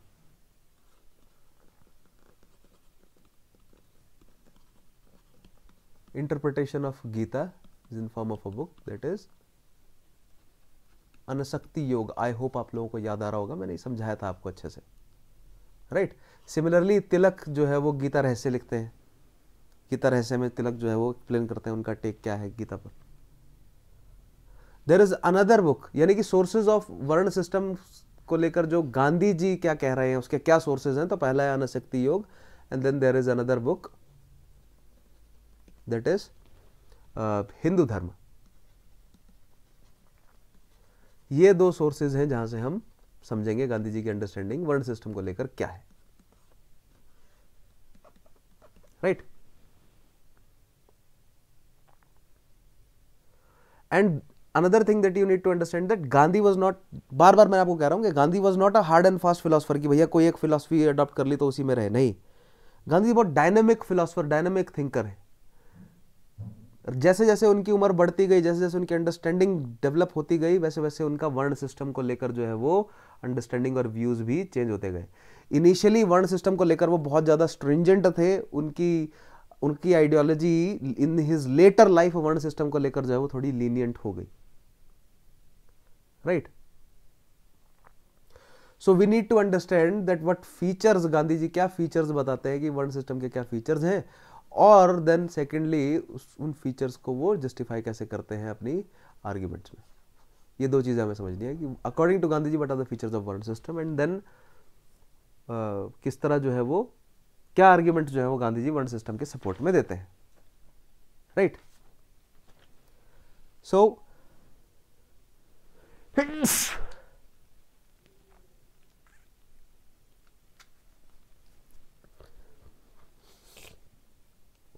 now, as to best of my understanding, the origin of वर्ण system क्या रहा होगा, right वर्ण system की शुरुआत कैसे हुई होगी. अब वर्ण सिस्टम है क्या? वर्ण सिस्टम ये कहता है कि भैया देयर आर 4 वर्णस, ब्राह्मण, क्षत्रिय, Vaishya and Shudra, right, and everyone is suppose to, मतलब एवरीवन इज सपोज टू, मतलब क्या कहते हैं उसको, the professions were set according to their varnas, right, everyone is supposed to stick to those professions. Brahmins were supposed to stick to the professions of learning and teaching. Kshatriya was supposed to stick to the professions of मतलब warfare और मतलब fighting and all those things. ठीक है. Vaishya was supposed to stick to the professions of trade, and Shudra was supposed to assist all these. Assist these 3 varnas, right? That means Shudra was supposed to assist Brahman in learning and teaching. Shudra was supposed to assist Kshatriyas in warfare, right? यानी कि उनके लिए हथियार बना रहे हैं, उनके लिए रथ बना दे रहे हैं, है ना, यहाँ पर उनके लिए उनकी किताबें बाइंड कर दे रहे हैं, उनके लिए कागज बना दे रहे हैं, उनके लिए स्याही बना दे रहे हैं, ठीक है. और ट्रेड में लाइक उनके लिए ट्रेड में जहां पर भी असिस्टेंस चाहिए, तो Shudras were supposed to assist all these. And then there were varna sankaras, right, the 5th वर्ण, द अनटचेबल्स. दोज मतलब धीरे धीरे वर्ण सिस्टम जो है वो स्ट्रिंजेंट होता गया, और जो वर्ण सिस्टम जब सेट हो गया, हेरिडिटरी बन गया, जो इस वर्ण सिस्टम को वायलेट कर रहा था उनको जो है वो बाहर निकाल दिया जा रहा था. ठीक है, किसी भी तरह वायलेट कर रहे हैं, चाहे वो इंटर वर्ण मैरिजेस करके कर रहे हो या इंटर वर्ण प्रोफेशन स्वैप करके कर रहे हो, उनको वर्ण शंकरा में अनटचेबल्स में डाल दे रहे हैं. और उनसे ऐसे काम, उनको ऐसे काम दिए जा रहे हैं जो कि कोई नहीं करना चाहता, like dealing with dead carcasses, like dealing with the filth of the road and the gutters, like cleaning the toilets and all those things जो कि कोई नहीं करना चाहता, वो वर्ण शंकरास कर रहे हैं, जो कि अनटचेबल जातियां कहलाई, राइट. सो यहां पर हम अनटचेबल्स की बात जो है वो अभी नहीं कर रहे हैं, अभी हम ये समझने की कोशिश. So that is varna system, ठीक है, more or less in a nutshell that is varna system. अब ओरिजिन जो है वो क्या रहा होगा वर्ण सिस्टम का, this is just an assumption to my best of my understanding, this is just an assumption. And मुझे लगता है कि दिस मतलब ये जो है वो कहीं ना कहीं सेट बैठा होगा, यहाँ से शुरुआत हुई होगी, राइट. धीरे धीरे ये डेवलप हो गया इनटू अ सोशल सिस्टम जो कि ऑप्रेसिव था, डिस्क्रिमिनेटिव था, वो अलग बात है, बट ये शुरुआत कैसे हुई होगी. तो in tribal societies initially we were nomadic pastoralist सभी, राइट. ह्यूमन, हमारे जो एंसेस्टर्स थे they were hunter and gatherers, right. Hunting gathering से हमने जो है वो नोमैडिक पेस्टलिज्म जो है वो धीरे धीरे डेवलप किया, धीरे धीरे जो है वो फिर हमने सेटल्ड लाइफस्टाइल्स जो है वो शुरू कर लिए. पैरेलल में हम नोमैडिक पेस्टलिज्म और हंटिंग गैदरिंग भी करते रहे, लेकिन एग्रीकल्चर तक जो है वो हम पहुंच गए धीरे धीरे, है ना. कैसे पहुंचे, क्यों पहुंचे, वो बहुत सारी डिबेट्स है, वहां नहीं जाएंगे हम. लेकिन हंटिंग गैदरिंग के दौरान भी यहाँ पर बैंड सोसाइटीज थी, नोमैडिक पेस्टलिज्म के टाइम जो है वो ट्राइबल सोसाइटीज थी. सेटल्ड लाइफस्टाइल जब बन गई तो विलेज सोसाइटीज जो है वो बन गए, right. Now in a village, और for that matter hunting gathering के टाइम पर भी, नोमैडिक पेस्टलिज्म में भी, और सेटल्ड लाइफस्टाइल जब विलेजेस भी बन गए तब भी, या तीनों को एक साथ लेकर चले या सीधा विलेज की बात करते हैं, विलेज की बात करते हैं, क्योंकि इस लेवल पर आकर भी जो है वो हम हंटिंग गैदरिंग भी कर रहे थे और नोमैडिक पेस्टलिज्म भी प्रैक्टिस कर रहे थे, जो कि आज भी हो रहा है. आज भी हम हंटिंग गैदरिंग भी करते हैं, और आज भी सोसाइटी जो है वो नोमैडिक पेस्टलिज्म भी फॉलो कर रहे हैं. नोमैडिज्म जो है वो आज भी प्रेवलेंट है इंडिया में भी, ठीक है. तो विलेज के लेवल पर अब कौन व्यक्ति, है ना, डिवीजन ऑफ सवाल उठा है, ये क्या है बेसिकली, वर्ण system is nothing but division of labour, कि कौन क्या करेगा भाई, राइट. और ये डिवीजन ऑफ लेबर जो है वो ग्रेजुअली किस में डेवलप हो गया, हेरिडिटरी हो गया.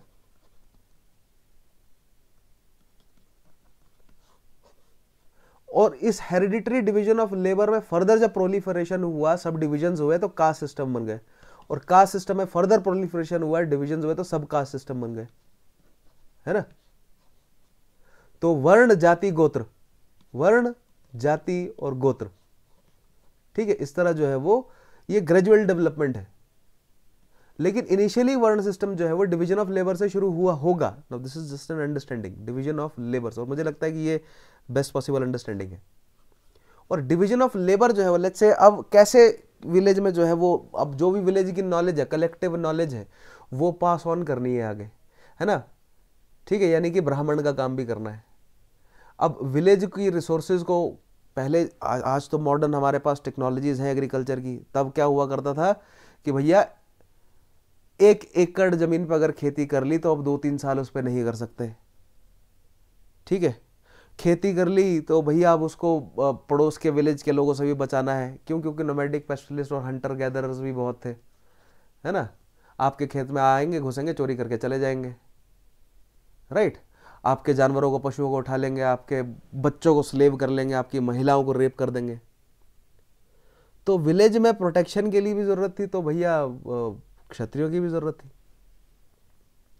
अब विलेज में जो है वो प्रोडक्शन भी करना है, कुछ ना कुछ बनाना भी है, बहुत सारी चीज़ें. भैया घर में पॉटरी लगती है, ठीक है, या वो पॉटरी बेचनी है, खरीदनी है, व्यापार अलग, मतलब अलग अलग जगह से चीज़ें लानी भी है ना. क्योंकि जैसे जैसे विलेज डेवलप हुए तो विलेज एक दूसरे से कनेक्टेड भी रहे.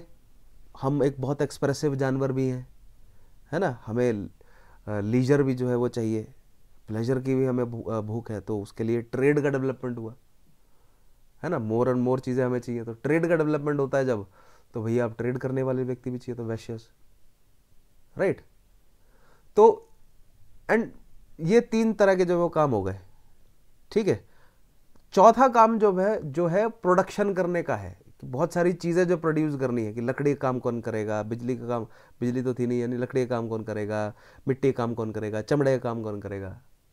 ठीक है, तो सोसाइटी को जो बांटा गया होगा on the basis of IQ बांटा गया होगा, कि जिसमें आईक्यू के अलावा अगर हम बेटर वर्ड यूज करें तो that is aptitude and attitude के हिसाब से बांटा होगा.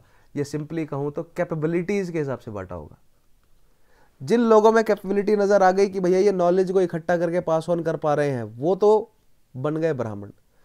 जिन बच्चों में कैपेबिलिटी नजर आई कि ये वायलेंट प्रवृत्ति के हैं और बिल्ड इनका स्ट्रांग है, राइट, वो बन गए क्षत्रिय. जिन लोगों में बिजनेस सेंस नजर आ रही थी वो बन गए वैश्य. और जिन लोगों में इस तरह की कोई भी सेंस नहीं है, लेकिन बहुत जर्नलाइज्ड टाइप की उनकी पर्सनैलिटी है कि वो सबको मदद कर सकते हैं, किसी एक स्पेसिफिक फील्ड में एप्टीट्यूड नहीं है लेकिन एक जर्नलाइज्ड पर्सनैलिटी है, वो बन गए शूद्र. And now Shudra was supposed to assist everyone and work with everyone because they have a very generalized type of aptitude or capabilities. Specific aptitude और specific capabilities नहीं रही होंगी. जिनमें specific capabilities रही वो ब्राह्मण बन गए, या क्षत्रिय बन गए, या वैश्य बन गए. और जिनमें specific capabilities नहीं है वो इन तीनों को असिस्ट करने में लग गए. तो कुछ इस तरह डिवीजन ऑफ लेबर जो है वो इनिशियल सोसाइटीज में रहा होगा, राइट. देखिए, आप कहेंगे कि सर फिर कारपेंट्री कौन कर रहा था, या बाकी के काम कौन कर रहा था. देखिए, सभी अपनी ज़रूरतों के लिए, बेसिक नीड्स का सभी काम जो है वो खुद कर ले रहे थे. अपने लिए खुद जो है वो पॉटरी कर ले रहे थे लोग इनिशियली. अपने लिए खुद जो है वो लोग, ऐसा नहीं है कि स्पेसिफिक सेपरेट प्रोफेशंस थे पॉटरी के, वो धीरे धीरे डेवलप हुए, राइट. तो division of labour on the basis of capabilities, मुझे लगता है कि जहां तक ओरिजिन है वर्ण सिस्टम का. लेकिन ग्रेजुअली दिस डेवलप्ड इनटू, लोगों को समझ आने लगा कि पर्टिकुलर वर्ण में रहने में ज्यादा फायदा है, right. So it becomes hereditary. As soon as it become hereditary it become problematic. यहां तक भी मैं समझ सकता हूं कि दैट उस समय की सोसाइटी के हिसाब से, क्योंकि डिवीजन ऑफ लेबर तो आज भी हम उसी हिसाब से कर रहे हैं ना. आज भी तो हम डिवीजन ऑफ लेबर कैपेबिलिटीज के हिसाब से कर रहे हैं ना. हम टेस्ट कर ले रहे हैं, हर चीज का टेस्ट है. डॉक्टर बनना है तो टेस्ट देना पड़ रहा है, इंजीनियर बनना है तो टेस्ट देना पड़ रहा है, आईएएस बनना है तो टेस्ट देना पड़ रहा है, ठीक है, प्रोफेसर बनना है तो टेस्ट देना. हर चीज को हम कैपेबिलिटीज के अकॉर्डिंग ही तो बांट रहे हैं ना. डिवीजन ऑफ लेबर कैपेबिलिटीज के अकॉर्डिंग ही कर रहे हैं हम आज भी, और इनिशियली भी वो रहा होगा. बट बीच में हमने एक डिटूर ले लिया हेरिडिटरी वाला, कि ब्राह्मण का बच्चा ही ब्राह्मण, क्षत्रिय का बच्चा ही क्षत्रिय, वैश्य का बच्चा ही वैश्य, और शूद्र का बच्चा ही शूद्र. And that gradually developed into a huge problem, that is casteism, right. So with this understanding of origin of Varna system, now let us look at the features of Varna system as per Gandhi. क्या features हैं वर्ण system के?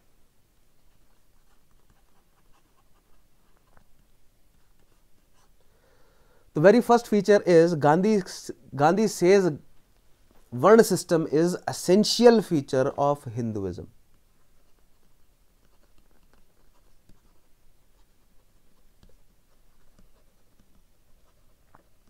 Like supreme court में बहस चली थी ना कि भैया क्या हिजाब एक एसेंशियल फीचर है इस्लाम का या नहीं, या फॉर दैट मैटर किसी भी रिलीजन का एसेंशियल फीचर क्या है जिसके बिना वो रिलीजन काम ही नहीं कर सकता, एग्जिस्ट ही नहीं कर सकता. तो एसेंशियल फीचर्स ऐसे फीचर है किसी भी सिस्टम के, without that system does not exist. It is like basic structure of our constitution. Without the basic structure the constitution does not exist, right. It is not accidental feature. It is an essential feature. When we are born with our limbs, our extremities, our genitalia, our nose, eyes, our senses, sense organs, right? But we are not born with other such organs or body parts that differentiate different sexes. Like boys, they do not have beards or mustaches at birth, so that's an accidental feature. It's not essential feature. वो जब essential हुआ तो body ने develop कर लिया, right. So Gandhi ji क्या कह रहे हैं कि भैया वर्ण सिस्टम जो है वो essential है हिंदुइज्म के. Like there is no Islam without Quran and there is no Christianity without Bible और the old and new testament. Similarly there is no Hinduism without varna system. That is what Gandhi ji is trying to से.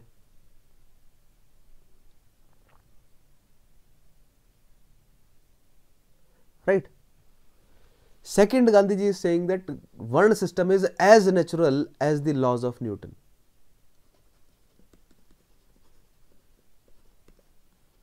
As Newtonian laws.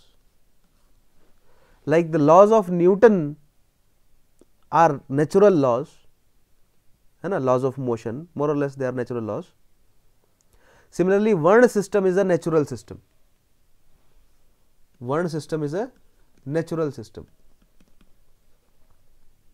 देखिए Gandhi ji, as I said, he was not a very, मतलब बहुत ही deep, उस sense में बहुत deep और standardised जो है वो फिलोसफर या थिंकर नहीं थे, राइट.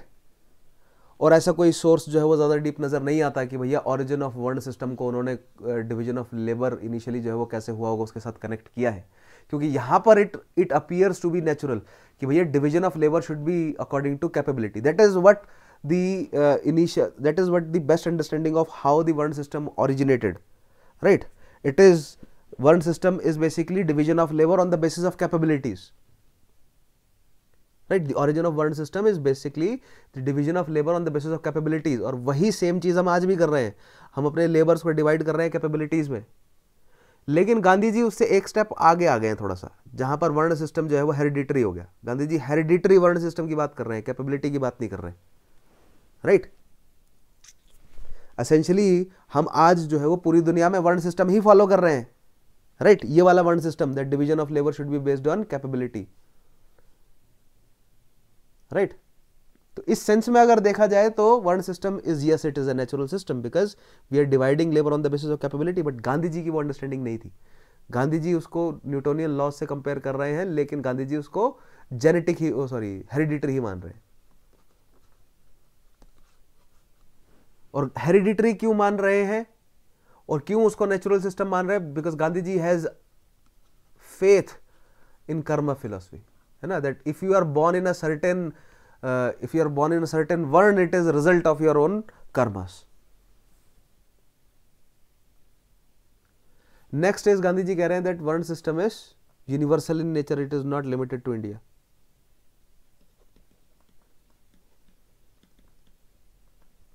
यानी कि हर जगह अगर पूरी दुनिया, पूरे यूनिवर्स में अगर उसके लिए टर्मिनोलॉजी अवेलेबल हो या ना हो, it is universal in nature.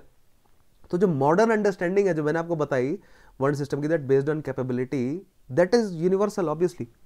But Gandhi ji वाली जो अंडरस्टैंडिंग है वो नहीं सेट बैठ रही है. It was universal, not limited to India.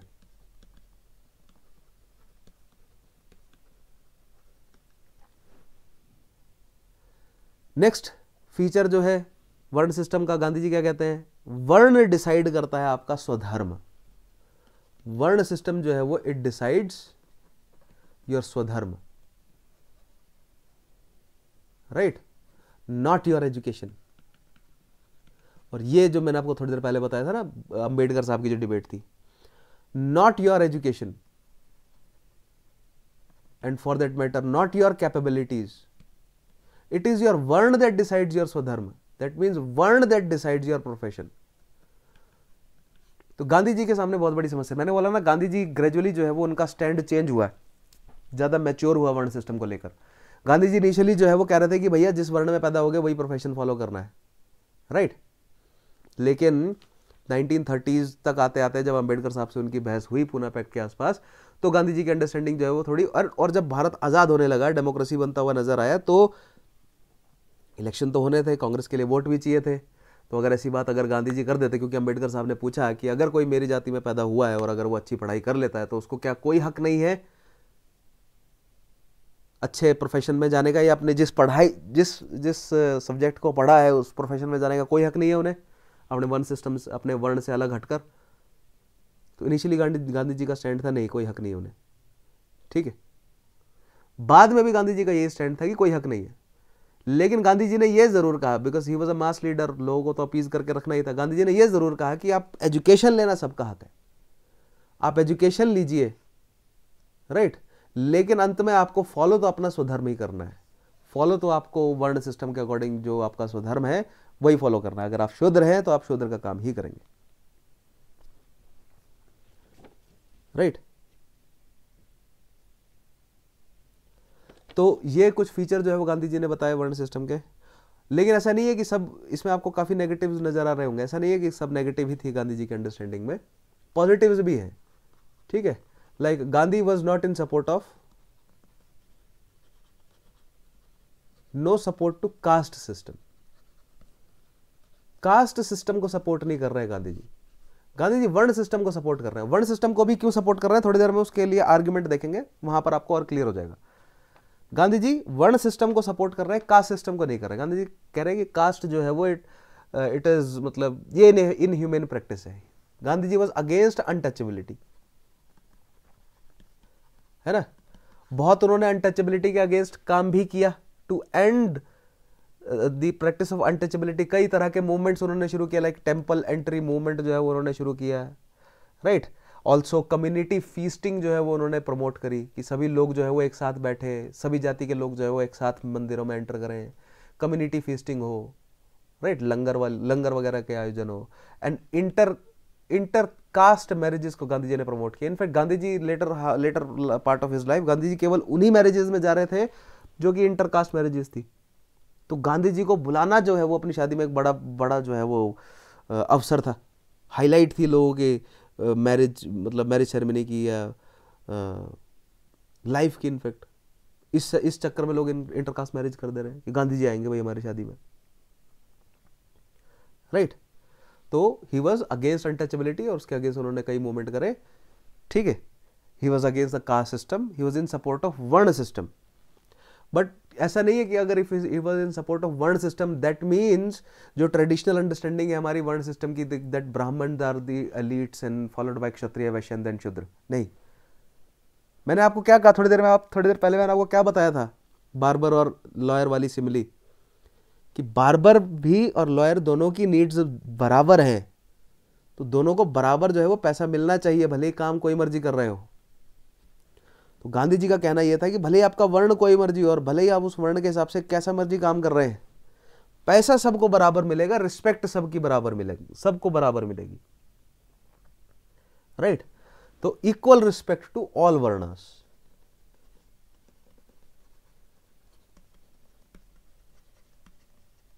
ठीक है। ऐसा नहीं है कि अगर आप किसी एक अगर आप ब्राह्मण वर्ण में तो आपको रिस्पेक्ट ज्यादा है एज कंपेयर टू क्षत्रिय, नहीं।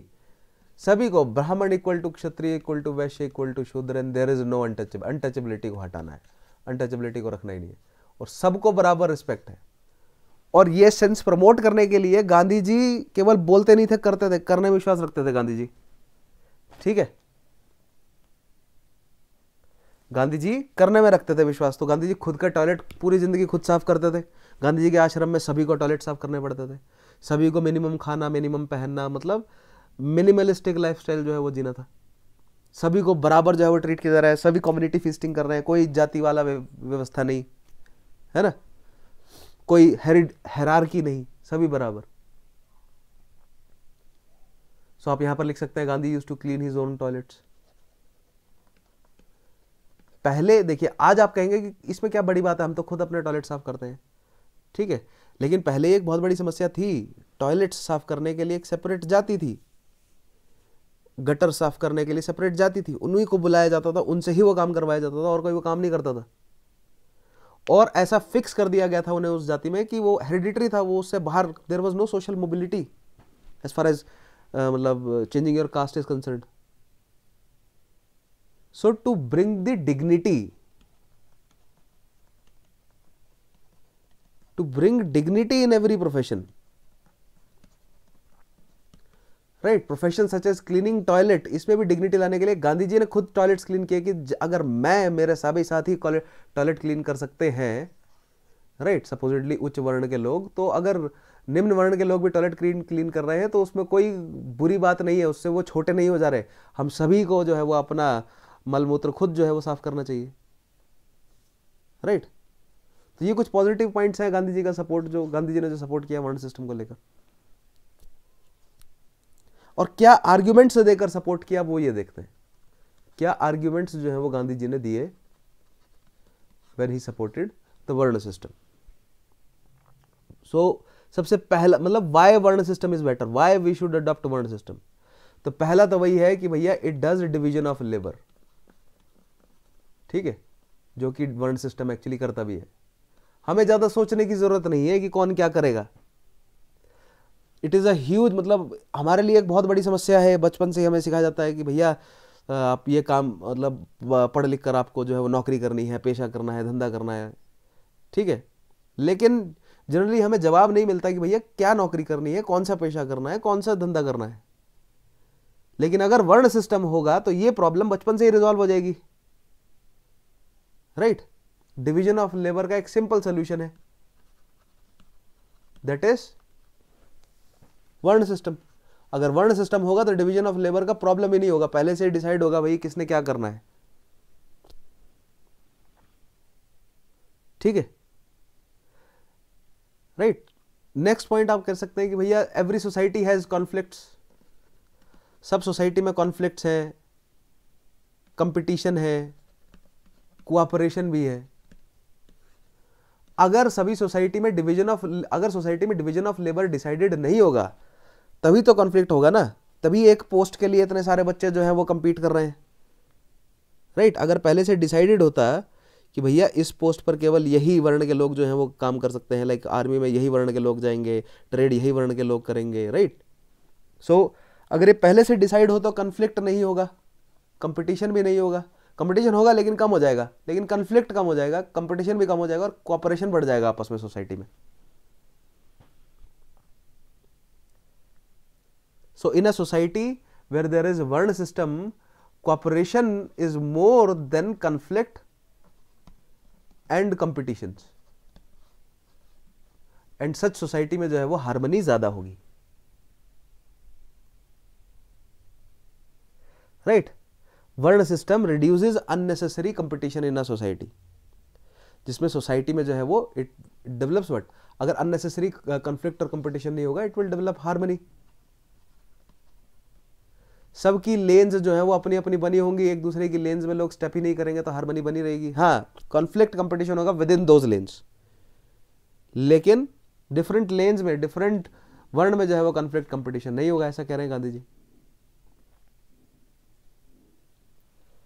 नेक्स्ट आर्ग्यूमेंट देते हैं गांधी जी की भैया अगर वर्ण सेट होगा, है ना, अगर वर्ण सेट है तो कंट्रोल रहेगा किस पर? डिजायर्स पर एंड लस्ट पर, ठीक है। ये डिजायर कि भैया ये भी प्राप्त कर लूं, वो भी प्राप्त कर लूं, इसे कंज्यूम करूं, उसे कंज्यूम करूं, है ना, कंज्यूमरिज्म कम होगा, क्योंकि आपको पता होगा कि भैया व्हाट इज योर वर्ण and what can you achieve in this वर्ण, आप क्या कंज्यूम कर सकते हैं, क्या आपको प्राप्त हो सकता है इस वर्ण में, इस प्रोफेशन में, what is the scope of your profession, whatever the scope of your profession, it is clear to you if it is clear to you, you have control over your desires and lust, which is मतलब root है दुखों का, है ना, right. अगर आपके सामने मतलब इसको इस तरह समझिए, अगर मान लीजिए मल्टीपल ऑप्शंस हैं आपके सामने, मल्टीपल हैं कि ये भी खा लूँ, वो भी खा लूँ, इसे पहन लूँ, उसे पहन लूँ, ये कर लूँ, वो कर लूँ, राइट। तो this will create stress for you, है ना, this will create undue anxiety. लेकिन अगर ऑप्शंस हो ही ना, एक ही चीज हो कि एक वर्ण सेट है, वही करना है, तो आपको सोचने की जरूरत ही नहीं है, आप बहुत स्मूथली जो है वो काम करेंगे and you will have no issues, कोई टेंशन, कोई स्ट्रेस नहीं होगा प्रोफेशन का। बचपन से जो है वो ये स्ट्रेस देता है बच्चों को कि भाई नौकरी करनी है, पैसा कमाना है, ये करना, वो करना। अगर बचपन से ही सेट होगा कि भैया यही काम करना है, तो क्या इशू है। जिसमें जॉन पॉल सार्त्र क्या बोलते हैं, फ्रेंच फिलोसोफर है, वो कहते हैं what you have will be ignored and what you don't have will be highlighted. That is how our mind works. यानी कि दूसरे की थाली में घी हमेशा ज्यादा नजर आएगा, है ना, दूसरे के आंगन में घास जो है वो हमेशा ग्रीन नजर आएगी, है ना। the neighbor's grass is always greener. ठीक है, जो आपके पास है आप उसको, हमारा दिमाग हमेशा उसको इग्नोर करेगा जो आपके पास है, और जो नहीं है ना, जैसे मान लीजिए दो चीज, आप सिविल सर्वेंट बनना चाह रहे हैं ना, आप आईपीएस बन गए, आपका दिमाग ये इग्नोर करेगा कि भैया आईपीएस भी एक ऑल इंडिया सर्विस है, आपको बेहतरीन काम करने का मौका मिलता है। नहीं, ये आप इग्नोर करते चलेंगे, आपका दिमाग कहाँ दौड़ेगा, यार प्रॉपर आईएएस नहीं मिला, प्रॉपर आईएएस मिलता तो भैया सेक्रेटरी बनकर रिटायर होते। ठीक है, सो अगर ऑप्शंस होंगे आपके पास मल्टीपल, तो बहुत सारी डिजायर्स एंड लस्ट होंगी and that will result into stress, basically that will result into suffering. तो अगर ऑप्शंस ही नहीं होंगे तो सफरिंग ही नहीं होगी, क्यों, क्योंकि डिजायर्स एंड लस्ट ही नहीं होंगे, राइट। नेक्स्ट बेनिफिट है डोमेस्टिक ट्रेनिंग। अगर वर्ण सिस्टम के अकॉर्डिंग हम चलेंगे तो एक डोमेस्टिक ट्रेनिंग प्रोसेस को फॉलो करेंगे। लाइक मान लीजिए कारपेंटर कोई व्यक्ति जो है, कोई कारपेंटर फैमिली है, अब वहां पर कोई बच्चे पैदा हुए, उनको बचपन से ही 6 साल की उम्र में जो है वो छोटे मोटे चोर करने के लिए दे दी कि भैया यहाँ पर कील ठोको। 8-10 साल के हुए तो उनको आरी चलानी सिखा दी। थोड़े बड़े हो गए तो उनको जो है वो कार्व करना, मतलब थोड़ा सा स्कल्पटिंग करनी सिखा दी, है ना। ऐसे ऐसे करते हुए 18-20 साल की उम्र तक हुए तो अच्छे खासे एक्सपर्ट हो गए। तो बाय द टाइम उनकी कमाने की उम्र आई, 20 साल की उम्र हो गए, तो तब तक वो एक्सपर्ट बन गए। जबकि जो मॉडर्न एजुकेशन सिस्टम है उसमें हम 6 से 18 तक बच्चों को जनरलाइज स्टडी कराते हैं, और फिर 19 से 21 या 21 या 22 तक स्पेसिफिक स्टडीज कराते हैं, और फिर मास्टर्स करवाते हैं, और फिर पीएचडी। मतलब कहीं बच्चा 25-27 साल की उम्र में जाकर जो है वो एक्सपर्ट बनता है किसी एक फील्ड में, राइट। और बीच में जो इतनी इंफॉर्मेशन गेन की होती है वो कोई काम नहीं आती उनके। वहीं अगर डोमेस्टिक ट्रेनिंग प्रोसेस होगा तो 20 साल की उम्र तक जो है वो अच्छा खासा एक्सपर्ट जो है व्यक्ति बन जाएगा। ये व्यक्ति अभी भी एक्सपर्ट नहीं है, अभी पढ़ाई करी है, प्रैक्टिकल, अभी सिर्फ थ्योरी पढ़ी है, इसको प्रैक्टिकल करने में इनको कम से कम 20 साल और लगेंगे, तब जाके इनको प्रोफेसरशिप मिलेगी इस पर्टिकुलर फील्ड की, राइट। और वही प्रोफेसरशिप जो है वो डोमेस्टिक ट्रेनिंग से वर्ण व्यवस्था के अंडर जो है वो 20 साल की उम्र में मिल जाएगी। और अगर हमारी, देखिए बाकी सारी चीज़ों को जोड़िए ना, अगर हमारी कंजम्पशन कम है ना, अगर हमारा प्रोडक्शन का मीन्स जो है वो बाय मासेस है, तो ये सारी चीज़ें, मतलब गांधी जी का जो इकोनॉमिक पॉलिटिकल सिस्टम है ना, ये सब एक साथ मिलकर आए तब फिजिबल होंगे। और अगर ये मिलकर आए और अगर हम इन्हें फिजिबल बनाएं तो ये बहुत बेहतरीन सिस्टम है। तो डोमेस्टिक ट्रेनिंग प्रोसेस है, इजी ट्रेनिंग प्रोसेस है। लाइक फॉर एग्जांपल, अगर आपको कहा जाए कि भैया आपको सर्जरी करवानी है, दो आपके सामने ऑप्शंस हो, एक 50 ईयर्स का एक सर्जन है जिसके पास लेट्स से 25 ईयर्स का जो है वो सर्जरी का एक्सपीरियंस है, और एक 25 साल का सर्जन है जिसके पास अभी केवल लेट्स से 2 साल का या 3 साल का एक्सपीरियंस है। किससे आप सर्जरी करवाना चाहेंगे? ऑब्वियसली एक 50 साल के सर्जन से, ठीक है, क्योंकि उनके पास जो है वो बेटर, ज़्यादा एक्सपीरियंस है। वही सेम चीज़ है, राइट। एक ऐसे कारपेंटर से आप जो है वो अपनी चेयर बनवाना चाहेंगे जिसके पास जो है वो अपना, लेट्स से अपना जो है वो 15 साल का एक्सपीरियंस तो है ही, लेकिन कई जनरेशंस का एक्सपीरियंस भी है उनके पास, राइट। दैट इज वाई आज भी जैसे सहारनपुर जैसे एरियाज हैं, और भी कई इस तरह के एरियाज हैं जहां पर आज भी, कारपेंट्री का एग्जांपल क्यों दे रहा हूं, क्योंकि carpentry is one of the sorry one of such professions जिसमें आज भी कारपेंट्री, स्टोन मेसनरी भी actually, but carpentry specifically one of those professions जिसमें आज भी जनरेशनल नॉलेज जो है वो पास ऑन की जा रही है, ठीक है। So these are the arguments जो गांधी जी देते हैं in support of having varna system. So varna system जो है वो हमें एक, मतलब वर्ण सिस्टम हमें जो है वो एक बेटर इकोनॉमिक सिस्टम जो है वो प्रोवाइड करेगा, बेटर पॉलिटिकल सिस्टम भी देगा और बेटर रिलीजियस सिस्टम भी देगा, मतलब तीनों के साथ। ये actually these all are connected, ऐसा नहीं है कि अकेला वर्ण सिस्टम ही ऐसा कर सकता है ना। अगर गांधी जी की पॉलिटी, इकोनॉमी, सोसाइटी, रिलीजन, है ना, सोसाइटी आ गया ना वर्ण सिस्टम, ये सभी जो है वो एक दूसरे को कॉम्प्लीमेंट करेंगे, तब जाकर जो है वो सिस्टम बनेगा बेहतरीन वाला, ठीक है। तभी वो यूटोपिया बनेगा, यानी कि क्या बनेगा, राम राज्य बनेगा।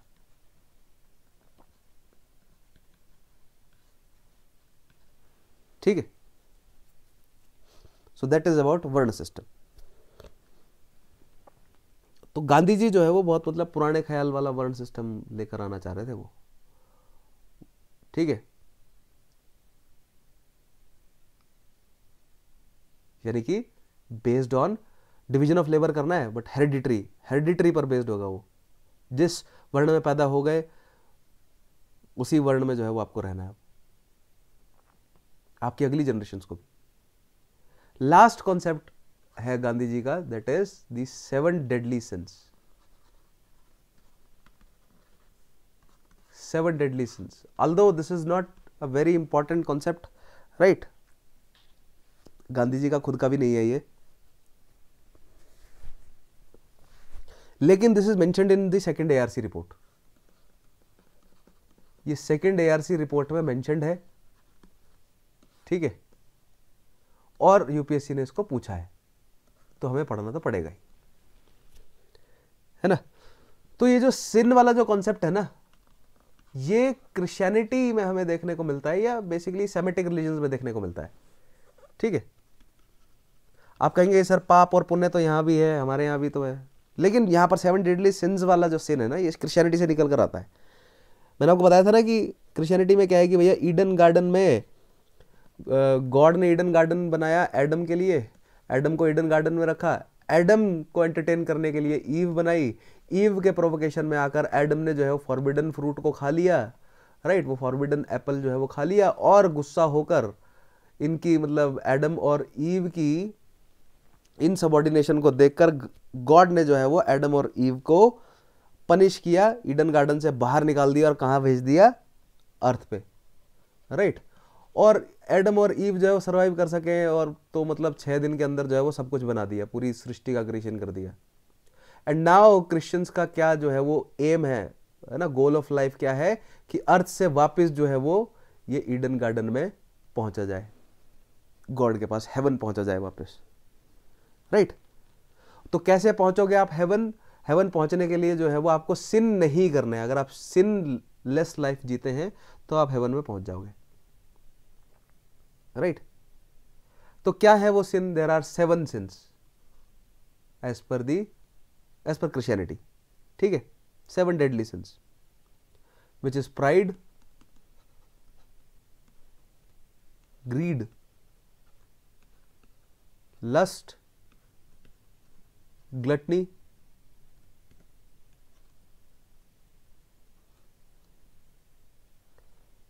envy, sloth and wrath। Pride मतलब घमंड ही नहीं रहना आपको ये समझना है कि भैया एवरीथिंग इज गॉड गिवन, है ना, by the grace of God, सब कुछ गॉड की ग्रेस से है, खुद से कुछ नहीं है। Greed and lust, I hope समझते ही है ना, ग्रीड का एक इवॉल्व्ड फॉर्म है lust for every pleasure, especially the sexual pleasures. Gluttony is in, मतलब ये फूड से रिलेटेड है कि ज़्यादा से ज़्यादा खाना, उल्टा सीधा खाना। एनवी मतलब कि भैया दूसरे से जलना, द्वेष करना दूसरे से। स्लॉथ इज आलस्य, मेहनत ना करना, और रैथ जो है वो गुस्सा, बहुत ज़्यादा anger, bitterness, resentment, right. So these are the 7 sins. अब इसको फर्दर डेवलप करते हुए यूरोप में, इनफैक्ट लंदन में, इनफैक्ट वेस्टमिंस्टर में एक प्रीस्ट, एक फिलोसफर हुए जिनका नाम है फ्रेडरिक ल्यूइस डोनाल्डसन। तो फ्रेडरिक ल्यूइस डोनाल्डसन 1925 में 7 डेडली सिंस जो है वो कहां पर, वेस्टमिंस्टर चर्च में, लंदन में है वेस्टमिंस्टर। वेस्टमिंस्टर मतलब जो वहां पर पार्लियामेंट भी है ब्रिटेन की, राइट। वेस्टमिंस्टर लंदन में चर्च में एक सरमन देते हैं, है ना, प्रीच करते हैं वहां पर, और उस सरमन में वो 7 डेडली सिंस की बात करते हैं।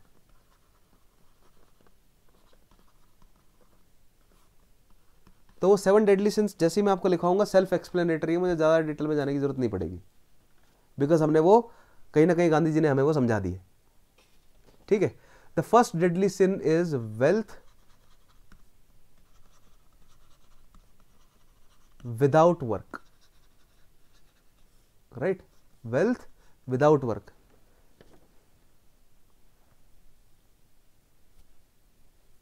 यानी कि अन्नदायी श्रम होना चाहिए, अन्नदायी श्रम के बगैर जो है वो वेल्थ नहीं होनी चाहिए, है ना। तो आई होप ये समझ ही गए होंगे आप, अच्छे से समझाया मैंने आपको। Second is pleasure without, without को डब्ल्यू लिख रहा हूं मैं, कॉन्शियंस। कुछ लोग जो है वो सैडिस्ट हो जाते हैं, सैडिस्टिक नेचर के, जिन्हें दूसरों के दुख में बहुत मजा आता है। कोई अगर गिर गया, चलता हुआ बर्फ पे गिर गया, तो हंसेंगे जोर जोर से। दूसरों को टॉर्चर करके लोगों को बहुत मजा आता है। There are throughout history बहुत सारे ऐसे लोग रहे जिनको टॉर्चर करने में बहुत मजा आता है, दूसरों को, दूसरे जानवरों को, जानवरों पर एक्सपेरिमेंट्स कर रहे हैं, टॉर्चर कर रहे हैं, प्लेजर ले रहे हैं without conscience, that is a sin, sadistic pleasures आप उन्हें बोल सकते हैं। Next is knowledge without character. Ethics में आपको इतना पढ़ा तो दे रहा हूं, राइट, इसके बाद आप एग्जाम भी क्रैक कर लेंगे, लेकिन सिविल सर्वेंट बनेंगे तो वो एथिकल आप कैरेक्टर जो है वो फॉलो नहीं करेंगे, राइट। मतलब a lot of civil servant ethics का पेपर पढ़कर ही वो पेपर दे रहे हैं, लेकिन बाद में वो एथिक्स को फॉलो नहीं कर रहे, इन फिलोसफी, इन प्रिंसिपल्स को फॉलो नहीं कर रहे। That is another deadly sin. Then commerce without morality.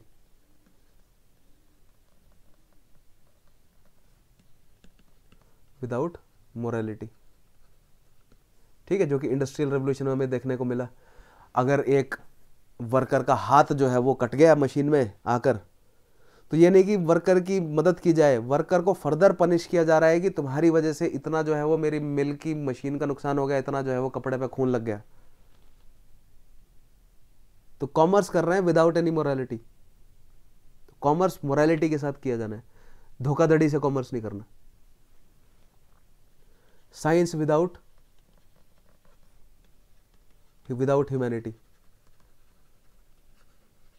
और ये तो कहना जरूरी हो गया था, बिकॉज वर्ल्ड वॉर 1 के बाद की बात है ये, और वर्ल्ड वॉर 1 में हमने जो देखा इंडस्ट्रियल लेवल पर वॉरफेयर जब होता है तो इंसान साइंस का इस्तेमाल करके नए नए तरीके ढूंढता है भाई कैसे दूर से और इफेक्टिवली ज़्यादा से ज़्यादा लोगों को तड़पा तड़पा कर मारा जाए।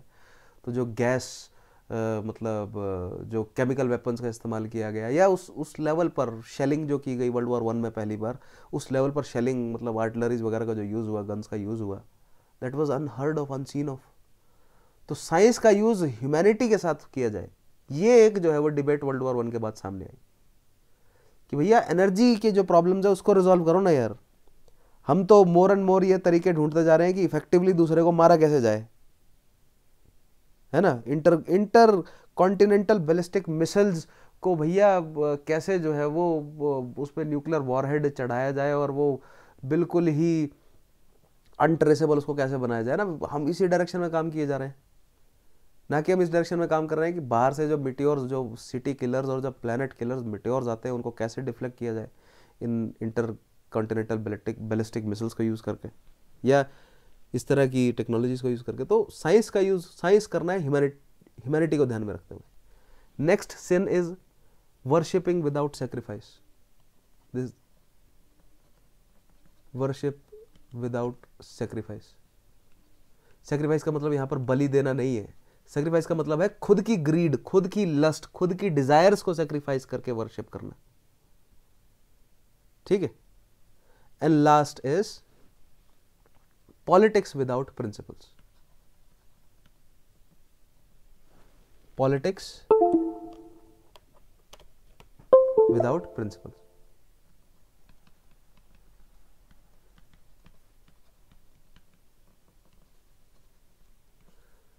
So these are the 7 deadly sins mentioned by Frederick Lewis Donaldson in 1925 at Westminster Church in London during a sermon. और ये 7 deadly sins जो है वो छपे, राइट, और गांधी जी तक पहुंचे। गांधी जी इस पे बहुत इंप्रेस हुए। And then this happened in March 1925। Then in October 1925 Gandhi ji wrote an article, और उस आर्टिकल में गांधी जी ये 7 डेडली सिंस को मेंशन करते हैं। और तब से गांधी जी के नाम पर ये इंडिया में 7 डेडली सिंस जो हैं वो पॉपुलर है, that we are not suppose to do this deadly sins, right. जबकि Gandhi ji obviously he was a follower of asteya, right. तो अगर उन्होंने फ्रेडरिक ल्यूइस डोनाल्डसन को फॉलो, उनको मतलब उनके अगर 7 डेडली सिंस को कोट किया तो वह मेंशन भी किया होगा कि भैया इन्होंने कहा है ऐसी बात, लेकिन गांधी जी के नाम पर वो पॉपुलर हो गया। तो इट इज बेसिकली, समझ रहे हैं। तो इस तरह जो है वो क्रिश्चियनिटी से जुड़ा हुआ कॉन्सेप्ट है 7 डेडली सिंस, बिकॉज एक क्रिश्चियन प्रीस्ट जो है वो ये 7 डेडली सिंस की बात कर रहा था। बट गांधी जी जो है वो इंडियन कंटेक्स्ट में इसको लेकर आ गए, और हमने सारे समझे ही है अच्छे से, right. So that is it about Gandhi. ठीक है। In the next session we'll discuss about Vivekanand, B.R. Ambedkar, ठीक है। इनको हम अगले सेशन में डिस्कस करेंगे। मेक श्योर कि प्रीवियस सभी सेशंस का आप रिवाइज जरूर करें और आगे आने वाले सभी सेशंस के साथ जुड़े रहें। आज की क्लास में केवल इतना ही, मिलेंगे नेक्स्ट क्लास में। तब तक के लिए अपना ध्यान रखिए। Thank you for watching, take care, have a nice day.